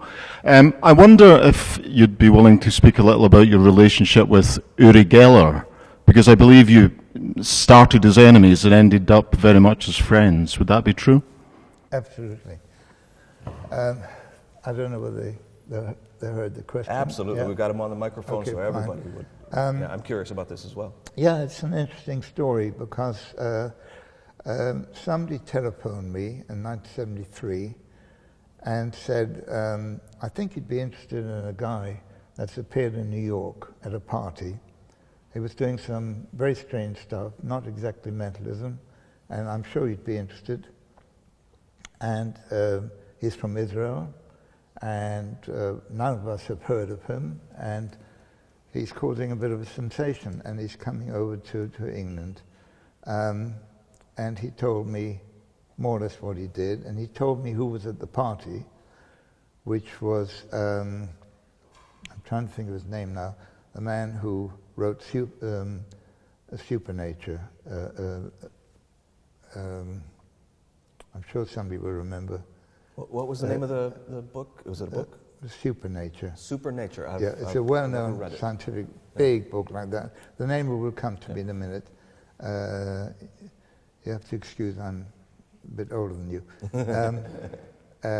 Anyway, he was one of the scientists that they brought over, very respected scientist, to be a sort of jury to check Uri Geller, to say that it was fake, on one side of him.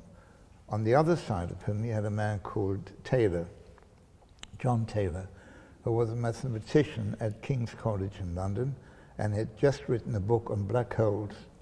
And they assumed that somebody who can describe black holes and know something about it, and a mathematician, would be able to see through any kind of trickery. And Lyle Watson is a man I'm trying to think of. Lyle Watson. He was on the other side. And Lyle Watson, John Taylor and Uri Geller appeared on the Dimbleby show. We have a man called David Dimbleby, the son of a famous man who used to be the voice of the BBC, and he's now taking over that role, very respected. And he introduced Lyle Watson and saying he's never met Uri. And the person who phoned me said he was at the same party. Mm-hmm. So I was suspicious right at the beginning. Yeah. And when Uri came on, very convincingly, amongst other things, he rubbed a fork which bent and broke. And John Taylor, the scientist, mathematician, and writer of black holes, said, "My God, it works," or words to that effect. Mm-hmm. And I think at that moment he endorsed, the scientific world endorsed something that everybody else would have been suspicious of. Mm-hmm. And Uri is a very charismatic and convincing character, and caused an absolute sensation, front page headlines. He was accused of using metal belt buckles to bend things, chemicals, because he was promoted by a man called Puharich, Andrei Puharich, another scientist who was highly respected, who has invented a tooth radio. They immediately said, oh, he's using a tooth radio for communication and things like that. And it became absolutely the talking point of the UK. And every program, virtually every program Uri went on, I was asked as a magician to duplicate things, saying, I make no claims, but I can do that. And of course, I showed no methods, I just did it. Mm-hmm. And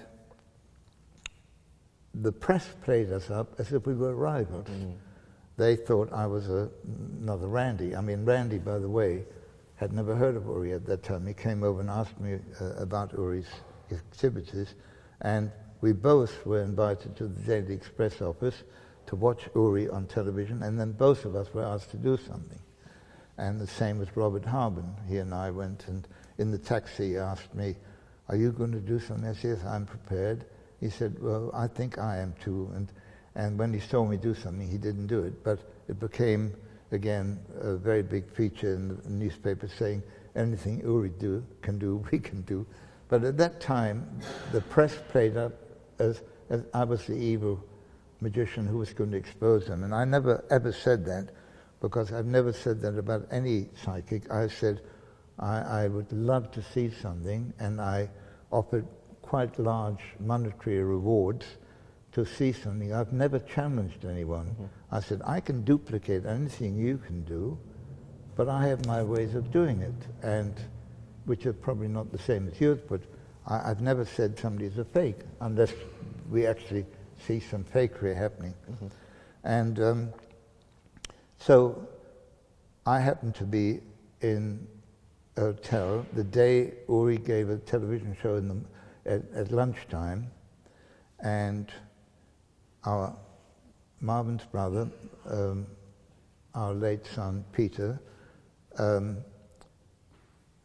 was about 16, and I had told him what to do, to go to the television show, what to do to avoid either having his mind read with a duplicate drawing or his watch moved, and he did. So he went along because he was in the right age group, and purely by chance that day the press had asked me about Uri. We met at the Churchill Hotel in London, and I excused myself and went out to phone my wife just to say I'd be home at a certain time, and somebody came rushing up. One of the reporters said, "Amazing thing, Uri Geller's in the same hotel, he's up in the suite having a press conference, and he's going to come down the lift. Do you want to meet him?"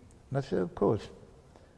So this was the meetings of minds, that Uri comes down the lift with his entourage of press, and of course he'd read about me, and we come up, and we was watching what fight's going to happen, you know, and we shake hands, and he looks me straight in the eye, grasped my hand, put his hand on top of the other one, and said, "David, you will find I am genuine.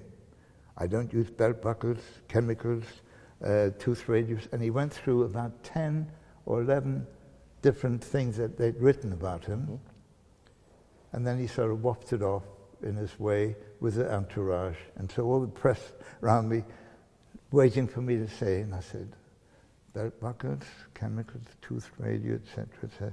No, I don't use any of those things either. And it was true. None of those things had anything to do with what we were doing. Yeah. Now, I'm not saying I was doing his methods. I was just saying I was able to duplicate things. The next thing that happened was I'm not sure if it's the next thing, but when I had my television series in 1985, I got a phone call from Uri. I think we had a couple of contacts before that, and he was telling me off for being so light-hearted about my abilities. He said, "Yeah, you've got so many things going for you. You should claim that you can do this and that." And I think we met up then as friends, and we liked each other immediately and became very close friends. And then somebody had written a book about him, and I was looking for someone to help me write a book on memory, and he recommended this man. The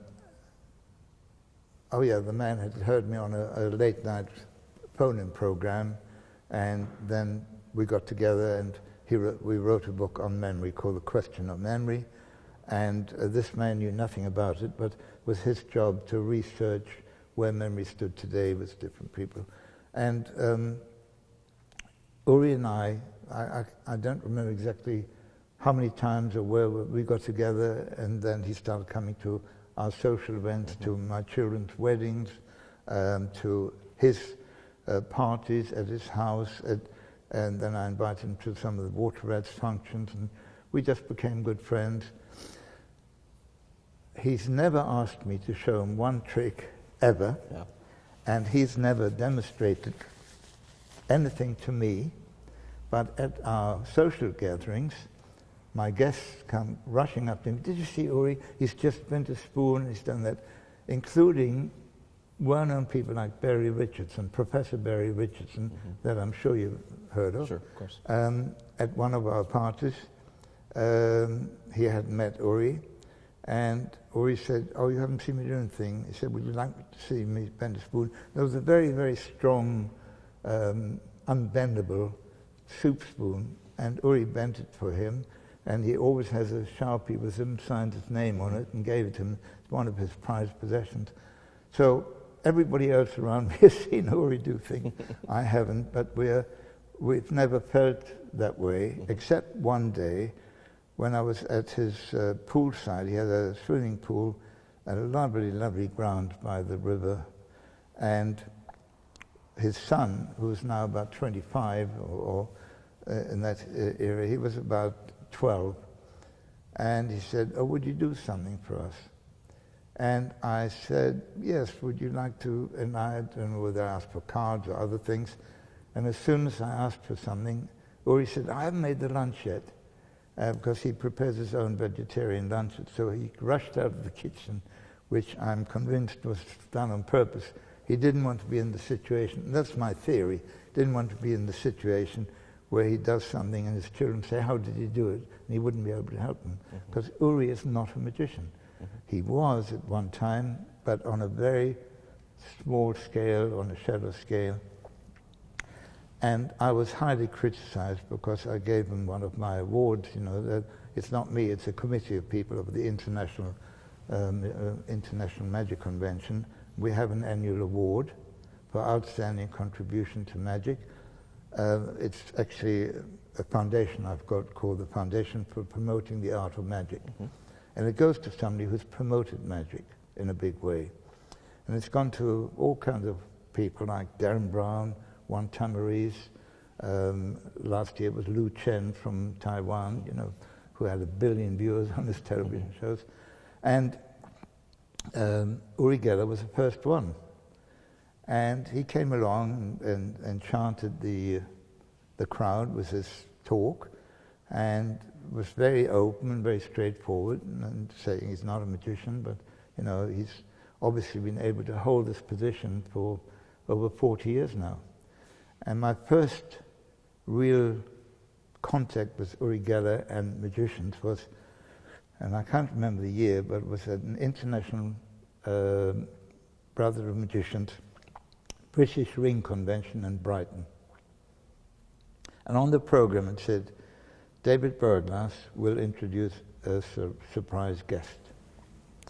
And the last person anyone could have thought of would be Uri, because he was hated by the magicians at the time, you know, because he was making claims, and a lot of derogatory things were written in the magical press. And when I introduced him on a Saturday morning to a big crowd, I was so worried he'd be attacked physically and verbally that I stood at the side of the stage ready to come on in case something happened. Well, I didn't know whether he'd turn up even, but Uri turned up with his family, his wife, his 2 children, his brother-in-law Shippy, who's always with him, and he was wearing a red sweater very casually. And when I introduced him, he got a good round of applause, and from the time he spoke, from the minute he spoke, he absolutely captivated the audience. They loved him, they thought he was wonderful. I then even took him around the dealer's hall, and he bought a couple of tricks for his son. And it was, you know, his first contact with the magical world.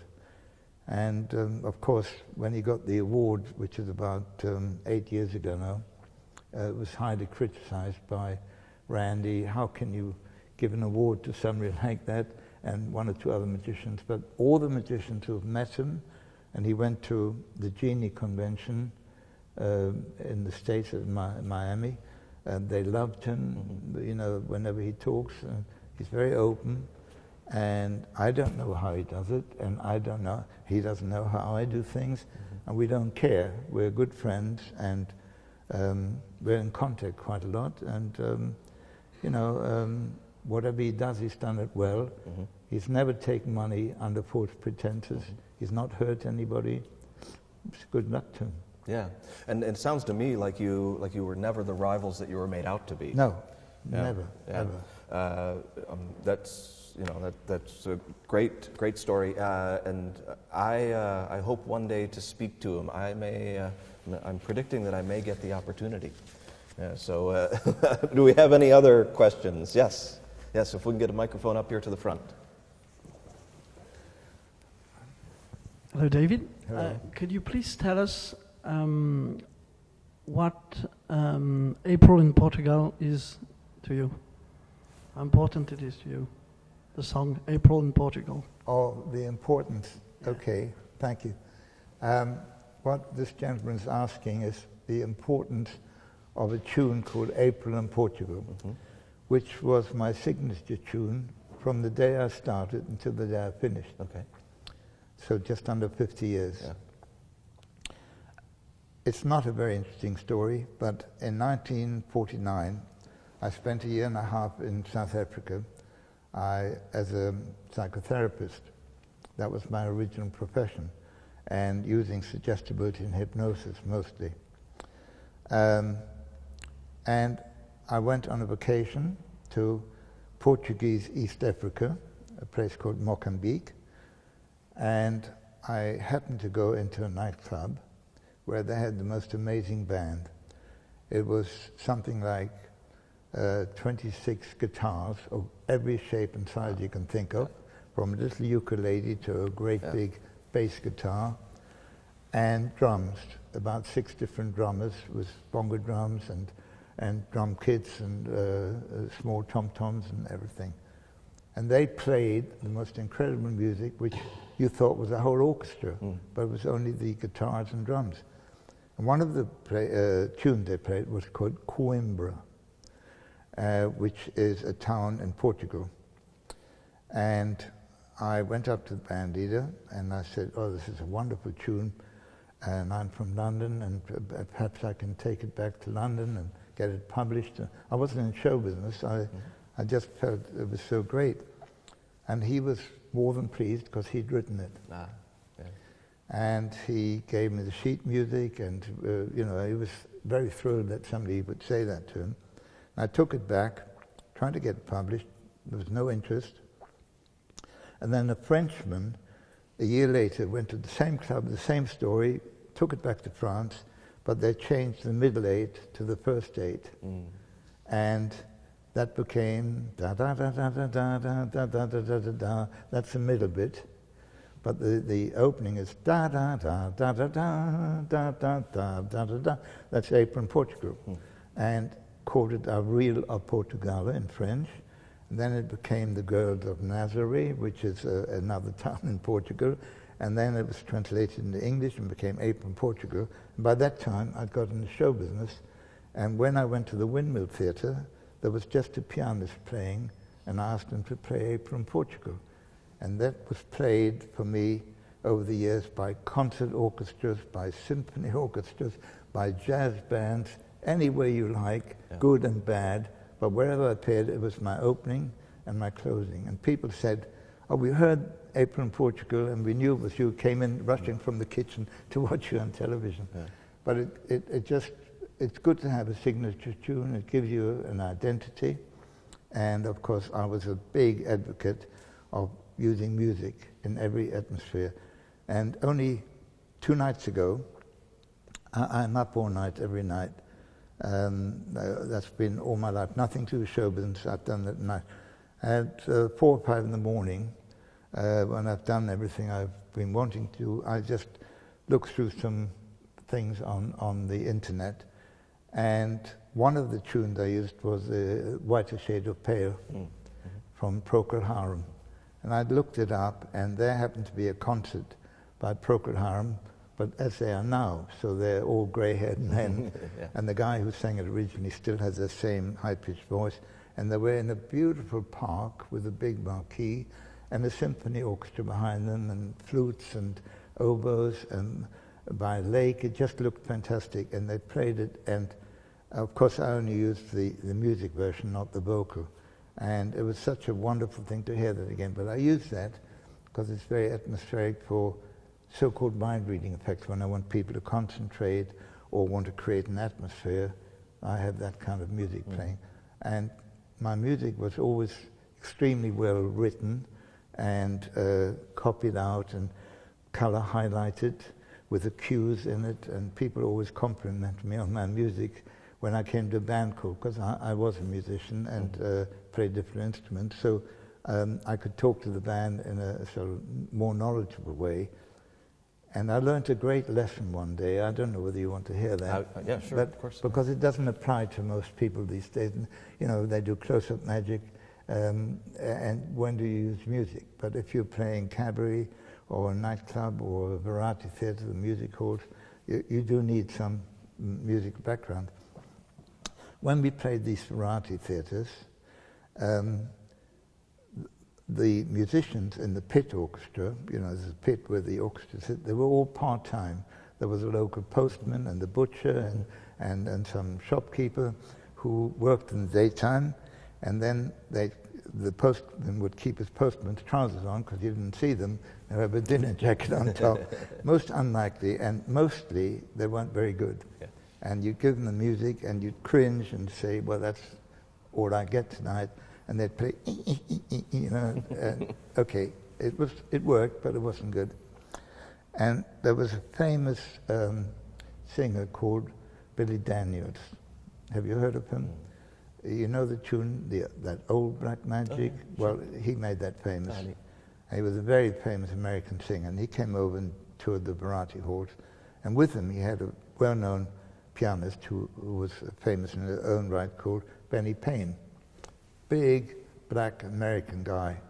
He looked more like a wrestler than a pianist. And Billy Daniels was too important to take his own band chords, so Benny Payne did it.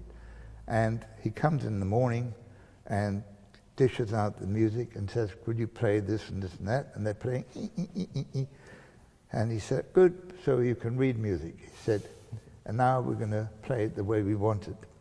And I sort of sat up, said, nobody's ever talked to an orchestra like that before.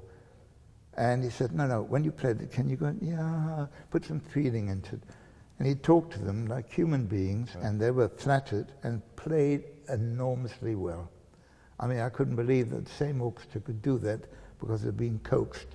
And from that moment onwards, I learnt my lesson, and I let them play it through once, and then I told them what I wanted, and it usually worked.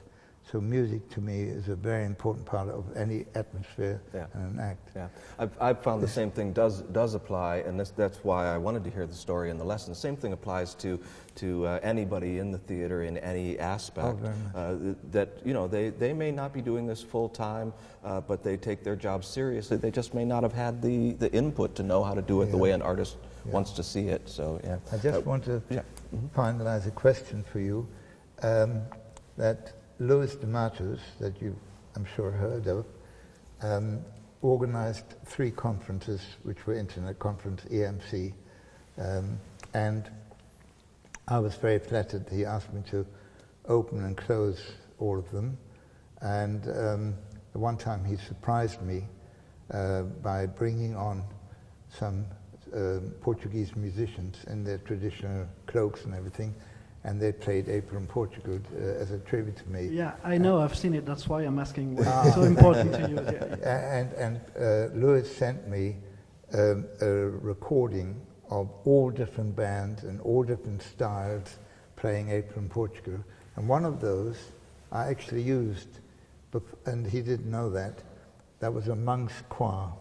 I was appearing somewhere, and these monks were appearing before me, a choir, in their cloaks and their own habits and holding candles, very atmospheric. And then I asked them to hum April in Portugal to play me on, and they parted and I came out. It was a wonderful atmosphere, and that's on the recording, but Louis didn't know that at the time. Yeah. Very cool, very cool. Do we have any other questions from anyone else in the audience? All right, then I have basically one last subject, well, 2 last subjects that I'd like to discuss. They may take a while because as with everything, there's an immense depth in the way that you approach every bit of everything. The first thing is the chair routine. Okay. Now I know that the chair routine is described in this book, The Mind and Magic of David Berglas. And before we get into it, if somebody does want to learn, how to think, in these intricate ways, there's a lot of your magic that's described in here, and it goes into a lot more depth than we could possibly hope to, even in this amount of time. Highly recommended. This book, which, as you said, has gotten some bad reviews. And it certainly can't be the end-all and be-all of the Berglas effects and any card at any number, because by your own admission, it's truly impossible to describe it in print. No. I will say this, regardless of what anybody else has heard or said about it, this does the best job possible. If you're serious about any card at any number and the Berglas effect, read the book carefully. slowly, page by page. Take your time with it. It will change your mind about how you approach it. But more than that, don't forget about the DVDs that are in there, because honestly, I learned from the words as well, but seeing you actually doing it gives a person more of an understanding, I think, if they really care to spend the time with it. Either one of those fantastic books. But with the chair routine, that's another one of those mixtures. Uses lots of techniques. How well do you think it was described, and is there anything that you can tip to us that might have been missed? Yeah. For some reason, when I worked on that book's called The Mind and Magic of David Berglas, and I worked on that with David Britland. Mm-hmm. And I remember telling David, I'm referring to the chair routine now, mm-hmm. more than he put in, mm-hmm. for some reason. And I think because it got too intricate. Mm-hmm. And he kept the chapters fairly short, and quite rightly, he's a great writer, and that worked. But I remember telling him more than he put in, and I was puzzled by that, because my chair routine is not only the number of chairs and who will sit in which chair, because when we turn the chairs around, it actually says first volunteer, second volunteer, third volunteer. Then there's a lady, and behind her is a vase with a flower in it. Mm-hmm. So, and the only lady happens to be sitting there. And then it says fifth and sixth volunteer. And the last chair, which is not occupied, I said has to be my chair. They put it in the straight row. When I turn it around, it actually says my chair, so I predict that well. But on top of that, the numbers on the chairs, which are big in the front, are now in a different order, of course, to the way they stood 1, 2, 3, 4, 5, 6. And those numbers always have another result. Mm-hmm. It's the number of somebody's credit card, it's a telephone number. I have a book on historical dates. They can open that book anywhere and choose any date, and suddenly the chairs spell out the date, yeah. or today's date, right. or an anniversary of some kind, or, as I said, telephone numbers, anything. But I've always got a double or even triple effect on the chairs. Mm-hmm. It's not just predicting who's going to choose which chair, in which order they're in. Now, there was a dear man that I never got to meet called David Alexander. Do you know the mm-hmm. name? He's a well-known American mm-hmm. who learned with one of the greats, and everybody seems to know in America all the sort of people who talk to each other about. Must have just missed his name. Yeah. You know Star Trek. Mm-hmm. He wrote the book on Star Trek, okay. Which nothing to do with magic, but right. he's known through that, and he was known. Unfortunately, he got killed in a nasty accident about 3 years ago, and he had a think tank of magicians. I don't know how many there were. I guess 5 or 6 older magicians who were very intrigued with my stuff and everybody else's magic stuff, and they tried to work out things, and they were particularly intrigued with the chair routine. Mm-hmm. And he corresponded with me a few times, and Richard Kaufman, who was the publisher of that book and writer of that book, the other book, knew him very well as well, and he often phoned him up to see if he could pump some information from him. But Richard knew nothing about the chair routine because that's only on cards. Mm-hmm. So he gave me some of the theories, and one got very close to one of the secrets, and I opened up to him, mm-hmm. and he was the only man in correspondence, not face to face. And I explained how there's only one lady sitting there. Mm. When I ask for volunteers, I get a rush of men and women. Sure. And when I'm on stage, there's usually some steps to come on stage. Now, when I did my one-man shows, which at one time were called Man, Myth and Magic, because they were in 3 parts, man, myth, and magic with 2 intervals, Then the theatre managers weren't happy because people missed their buses because it was running late. They didn't want 2 intervals, so I made it man and myth and magic. And then somebody said, but you don't do much magic, it's all mystery. Good, I call it man, myth and mystery. And in that show I did the chair routine, and I had 2 assistants. One was a very beautiful, very attractive Indian girl who wore saris. And I started the show in a black suit, white shirt and tie. That was the man part, psychology of man. Then the myth was a seance. In the middle was a seance cabinet. And the last part was first magic and mystery. That was, again, a different kind of presentation. And I had, at one time, I had 2 girls working for me. The girl who worked on stage never spoke a word.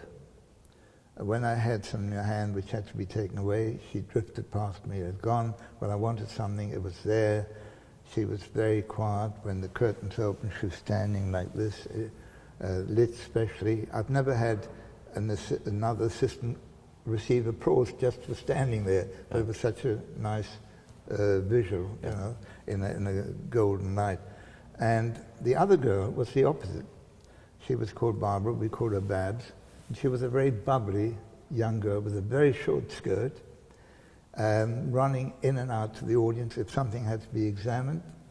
And she would speak to everybody, and she would be friendly and hand things back to me. She never came on stage, because that was Raj, her name was Raj's job, and she was in the stalls when I needed something examined.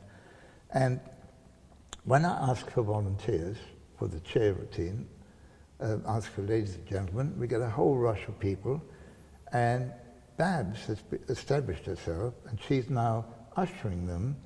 Would you just stand? I said, don't come up yet, I'll tell you when, but just line up by the chairs.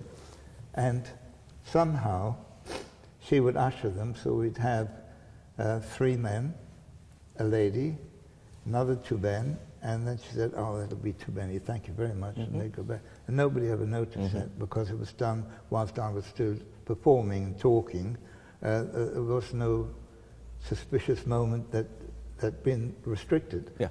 And some of the ladies and some of the men went back to the seats. Thinking nothing of it. Absolutely. Yeah. And then it was my job to make sure she had chair number 4, whatever it was, that would have the vase in the back, which is another story because that's more easily explained. Sure. But I explained this to David Alexander and his think team, and they had sort of wondered if it could be something like that, but they didn't know about the second girl. So they were really very, very happy to find out some part of the secret. And there were a couple of other things. I told them about the number things, how I get to certain numbers. And I published 2 routines in the book that I use throughout my one-man shows. One is where people from the audience call out numbers at random, and when we add them up, it's today's date. And they think I predicted the number, but when I turn around, we haven't established as today's date. When I turn around, it just says today, and they don't know what it means until I point out that the date, today's date, is the total of the number, and the other one is where they rearrange the numbers in any order they like, and I've predicted what the outcome will be when they add it up. And I can turn that into telephone numbers or anniversaries or product launch numbers. And I know we haven't talked about it, but I did many, many product launches and sales presentations with those products, and as Marvin was saying, they were all one-offs.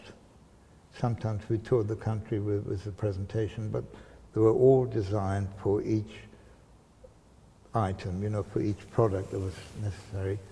And I think if you ask me what I'm most proud of my career is the product launches and the unusual things I came up with ordinary, everyday objects, Yeah, you know. yeah. Washing machines and toothpaste and cookies and holiday islands and cars. I did a lot of car launches and things.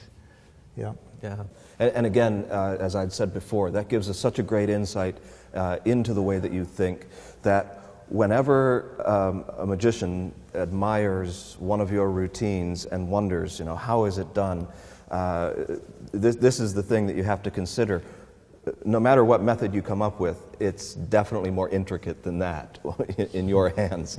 You know, there's always so much more, all the details going on that you'll be completely unaware of. Things will just glide right by you.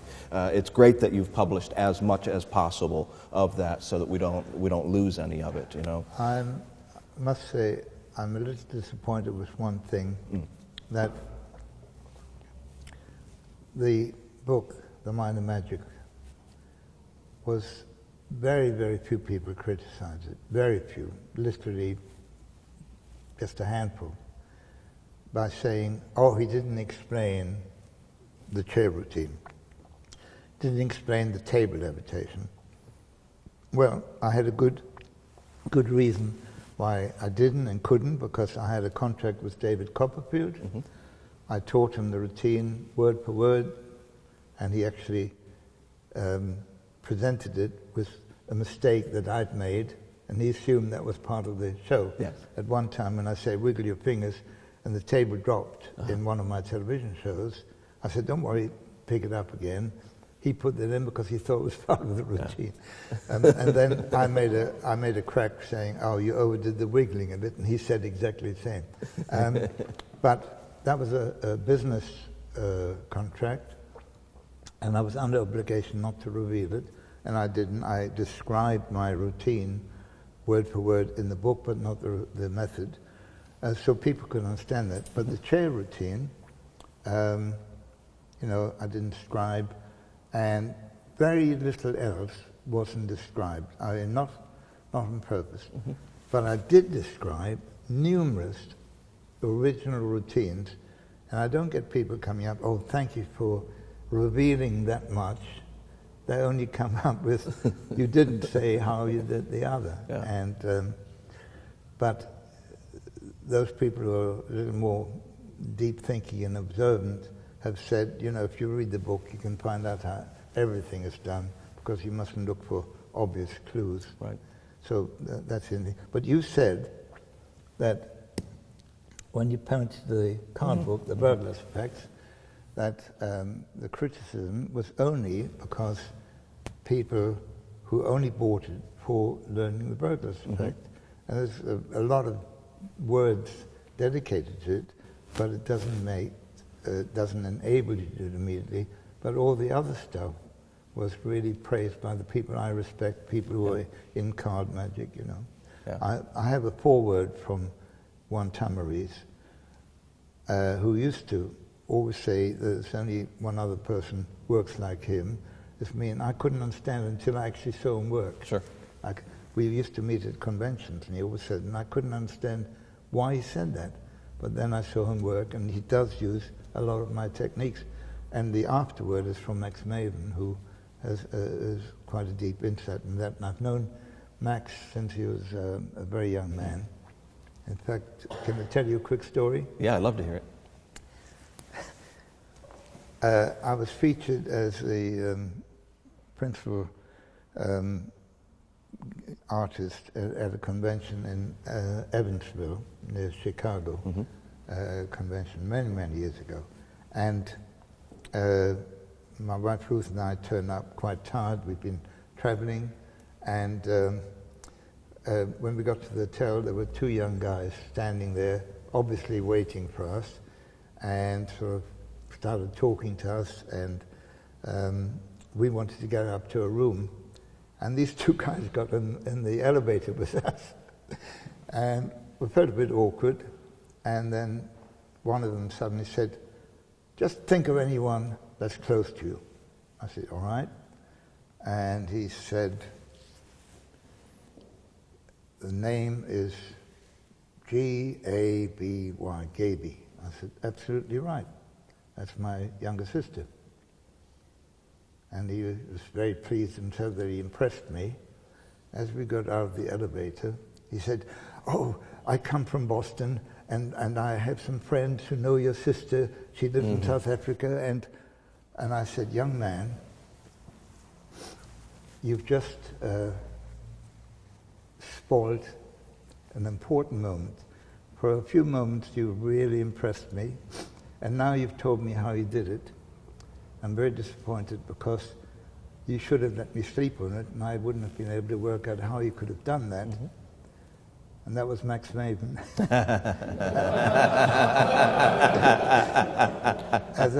I think he was 17 or something like that at the time, and we've been good friends ever since. Yeah. But he's interviewed me and he's mentioned me many times. So, but that's something he was dying to tell me how he did it. That's how it was. Impetuousness of youth. Yeah, and I believe a lesson learned by Max for sure. Well taken. Yeah. The very last thing that I wanted to talk about, we saw a brief snippet of it at the top, and that was when you were doing the cigarette productions. You then did them underwater, and you were smoking underwater. Oh yes. Right. Yeah. And and I wanted to ask this question: were those just regular cigarettes? No. If you tried that with regular cigarettes, they would disintegrate. That's why I was asking it in a nice way. Within a few seconds. There were actually white pencils sewn down to cigarette size. And that's the reason they floated up, not dropped down. So I couldn't throw them into my pocket because as I released them, they floated upwards. It was in 1956, just after I got married to Ruth. There was a program in America called You Asked For It, which ran for many, many years. And people could write in and ask for literally anything crazy they wanted. I want to see a great-grandmother doing a parachute jump. They would find a great-grandmother who would do a parachute jump. In this case, somebody had written in and said, "We would like to see a magician working underwater." Well, they couldn't find anyone. And I had some publicity. I'd been doing some scuba diving, and my agents knew that my first television shows were done in a sports shirt, which was unheard of, because everybody was very formally dressed in those days, and I appeared in a short-sleeved sports shirt with epaulets and pockets, and showed my hands empty, and then produced all kinds of things, including cigarettes. And they put two together. They said, "Well, if he can do things without sleeves and without pockets, and he's done some scuba diving." So they sent the crew to me and asked me, and they invited me to come to the Savoy Hotel and sit in a nice warm lounge, and gave me coffee, and we just chatted and said, "Would you be able to do something underwater? We've had a request." And I said, "Of course," as I normally stupidly do. And they said, "We found a pool with a window in the side, and we can film through that, and it'll only take a couple of hours, and the pool is warmed, so it won't be cold, and it was going to be in January, but don't worry, it's all very comfortable." Well, my wife and I traveled to this disused holiday camp, which had no heating anywhere, very primitive, and it took 2 days to film, and it was freezing cold. And every time in between shots, I was hauled out, I could hardly move, and they put me in front of big arc lights to thaw me out. And then, because it was hard to keep me underwater, they put leaden weights on my belt. Then they made a platform with the slippers screwed into the hardboard, so I could put my feet in there to stay underwater.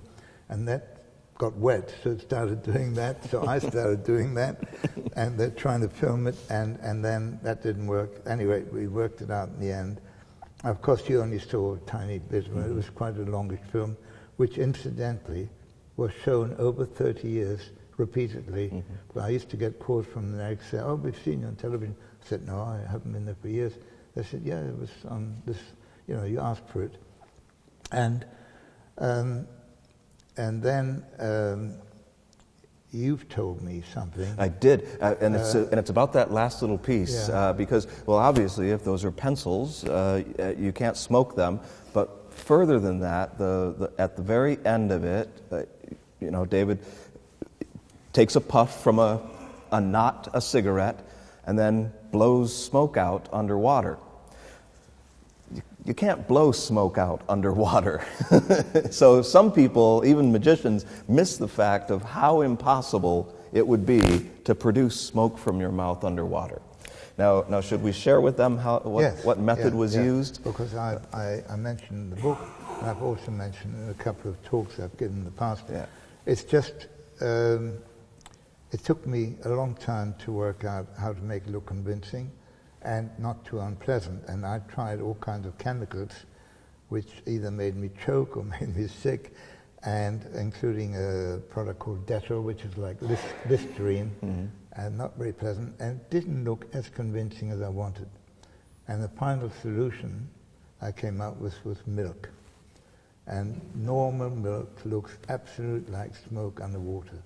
So I produced a matchbox, I took out a match, I produced a cigarette, I held it to my mouth, I pretended to light the match, held it there, and then I could smoke. I could blow out the smoke slowly. I could even make something nearly like a smoke ring and blow it underwater. But it looks absolutely fantastic. I have the original film of this program, and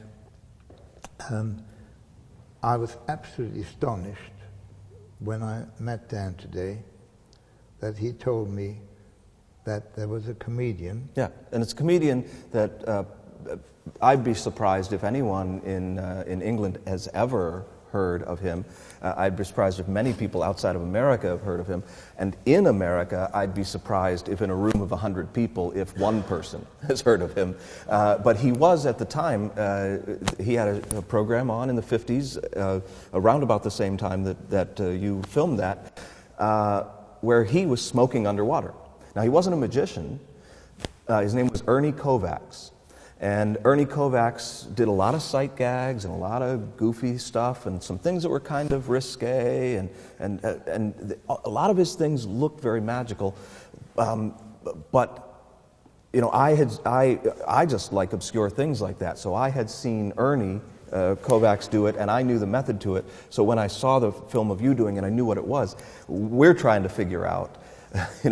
We know it's probably independent that you guys came up with it, but we think that maybe Ernie Kovacs saw David doing it, in that thing. It's a possibility. We should probably find.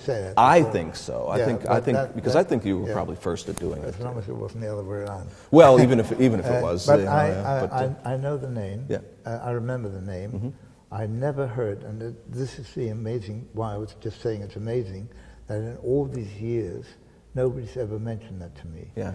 And in recent years, I was advising David Blaine because he wanted to do some, and he did some underwater magic brilliantly, including smoking a cigar.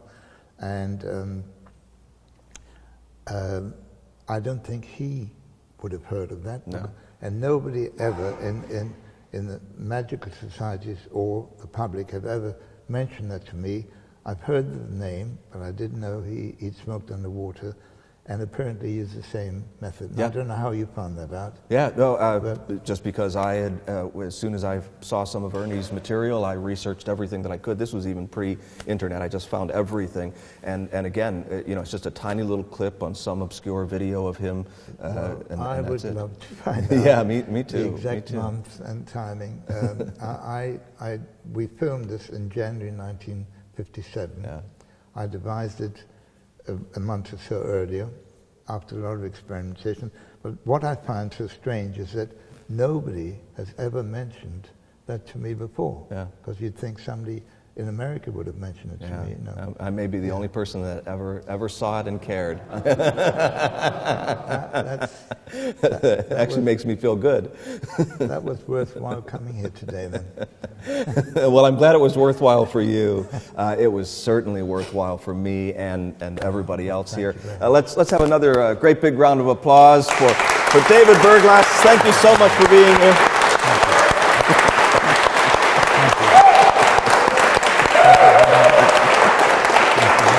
Thank you. It's been an extreme pleasure to spend some time with you. And thank you so much for supporting Live Magic. We will see you next time.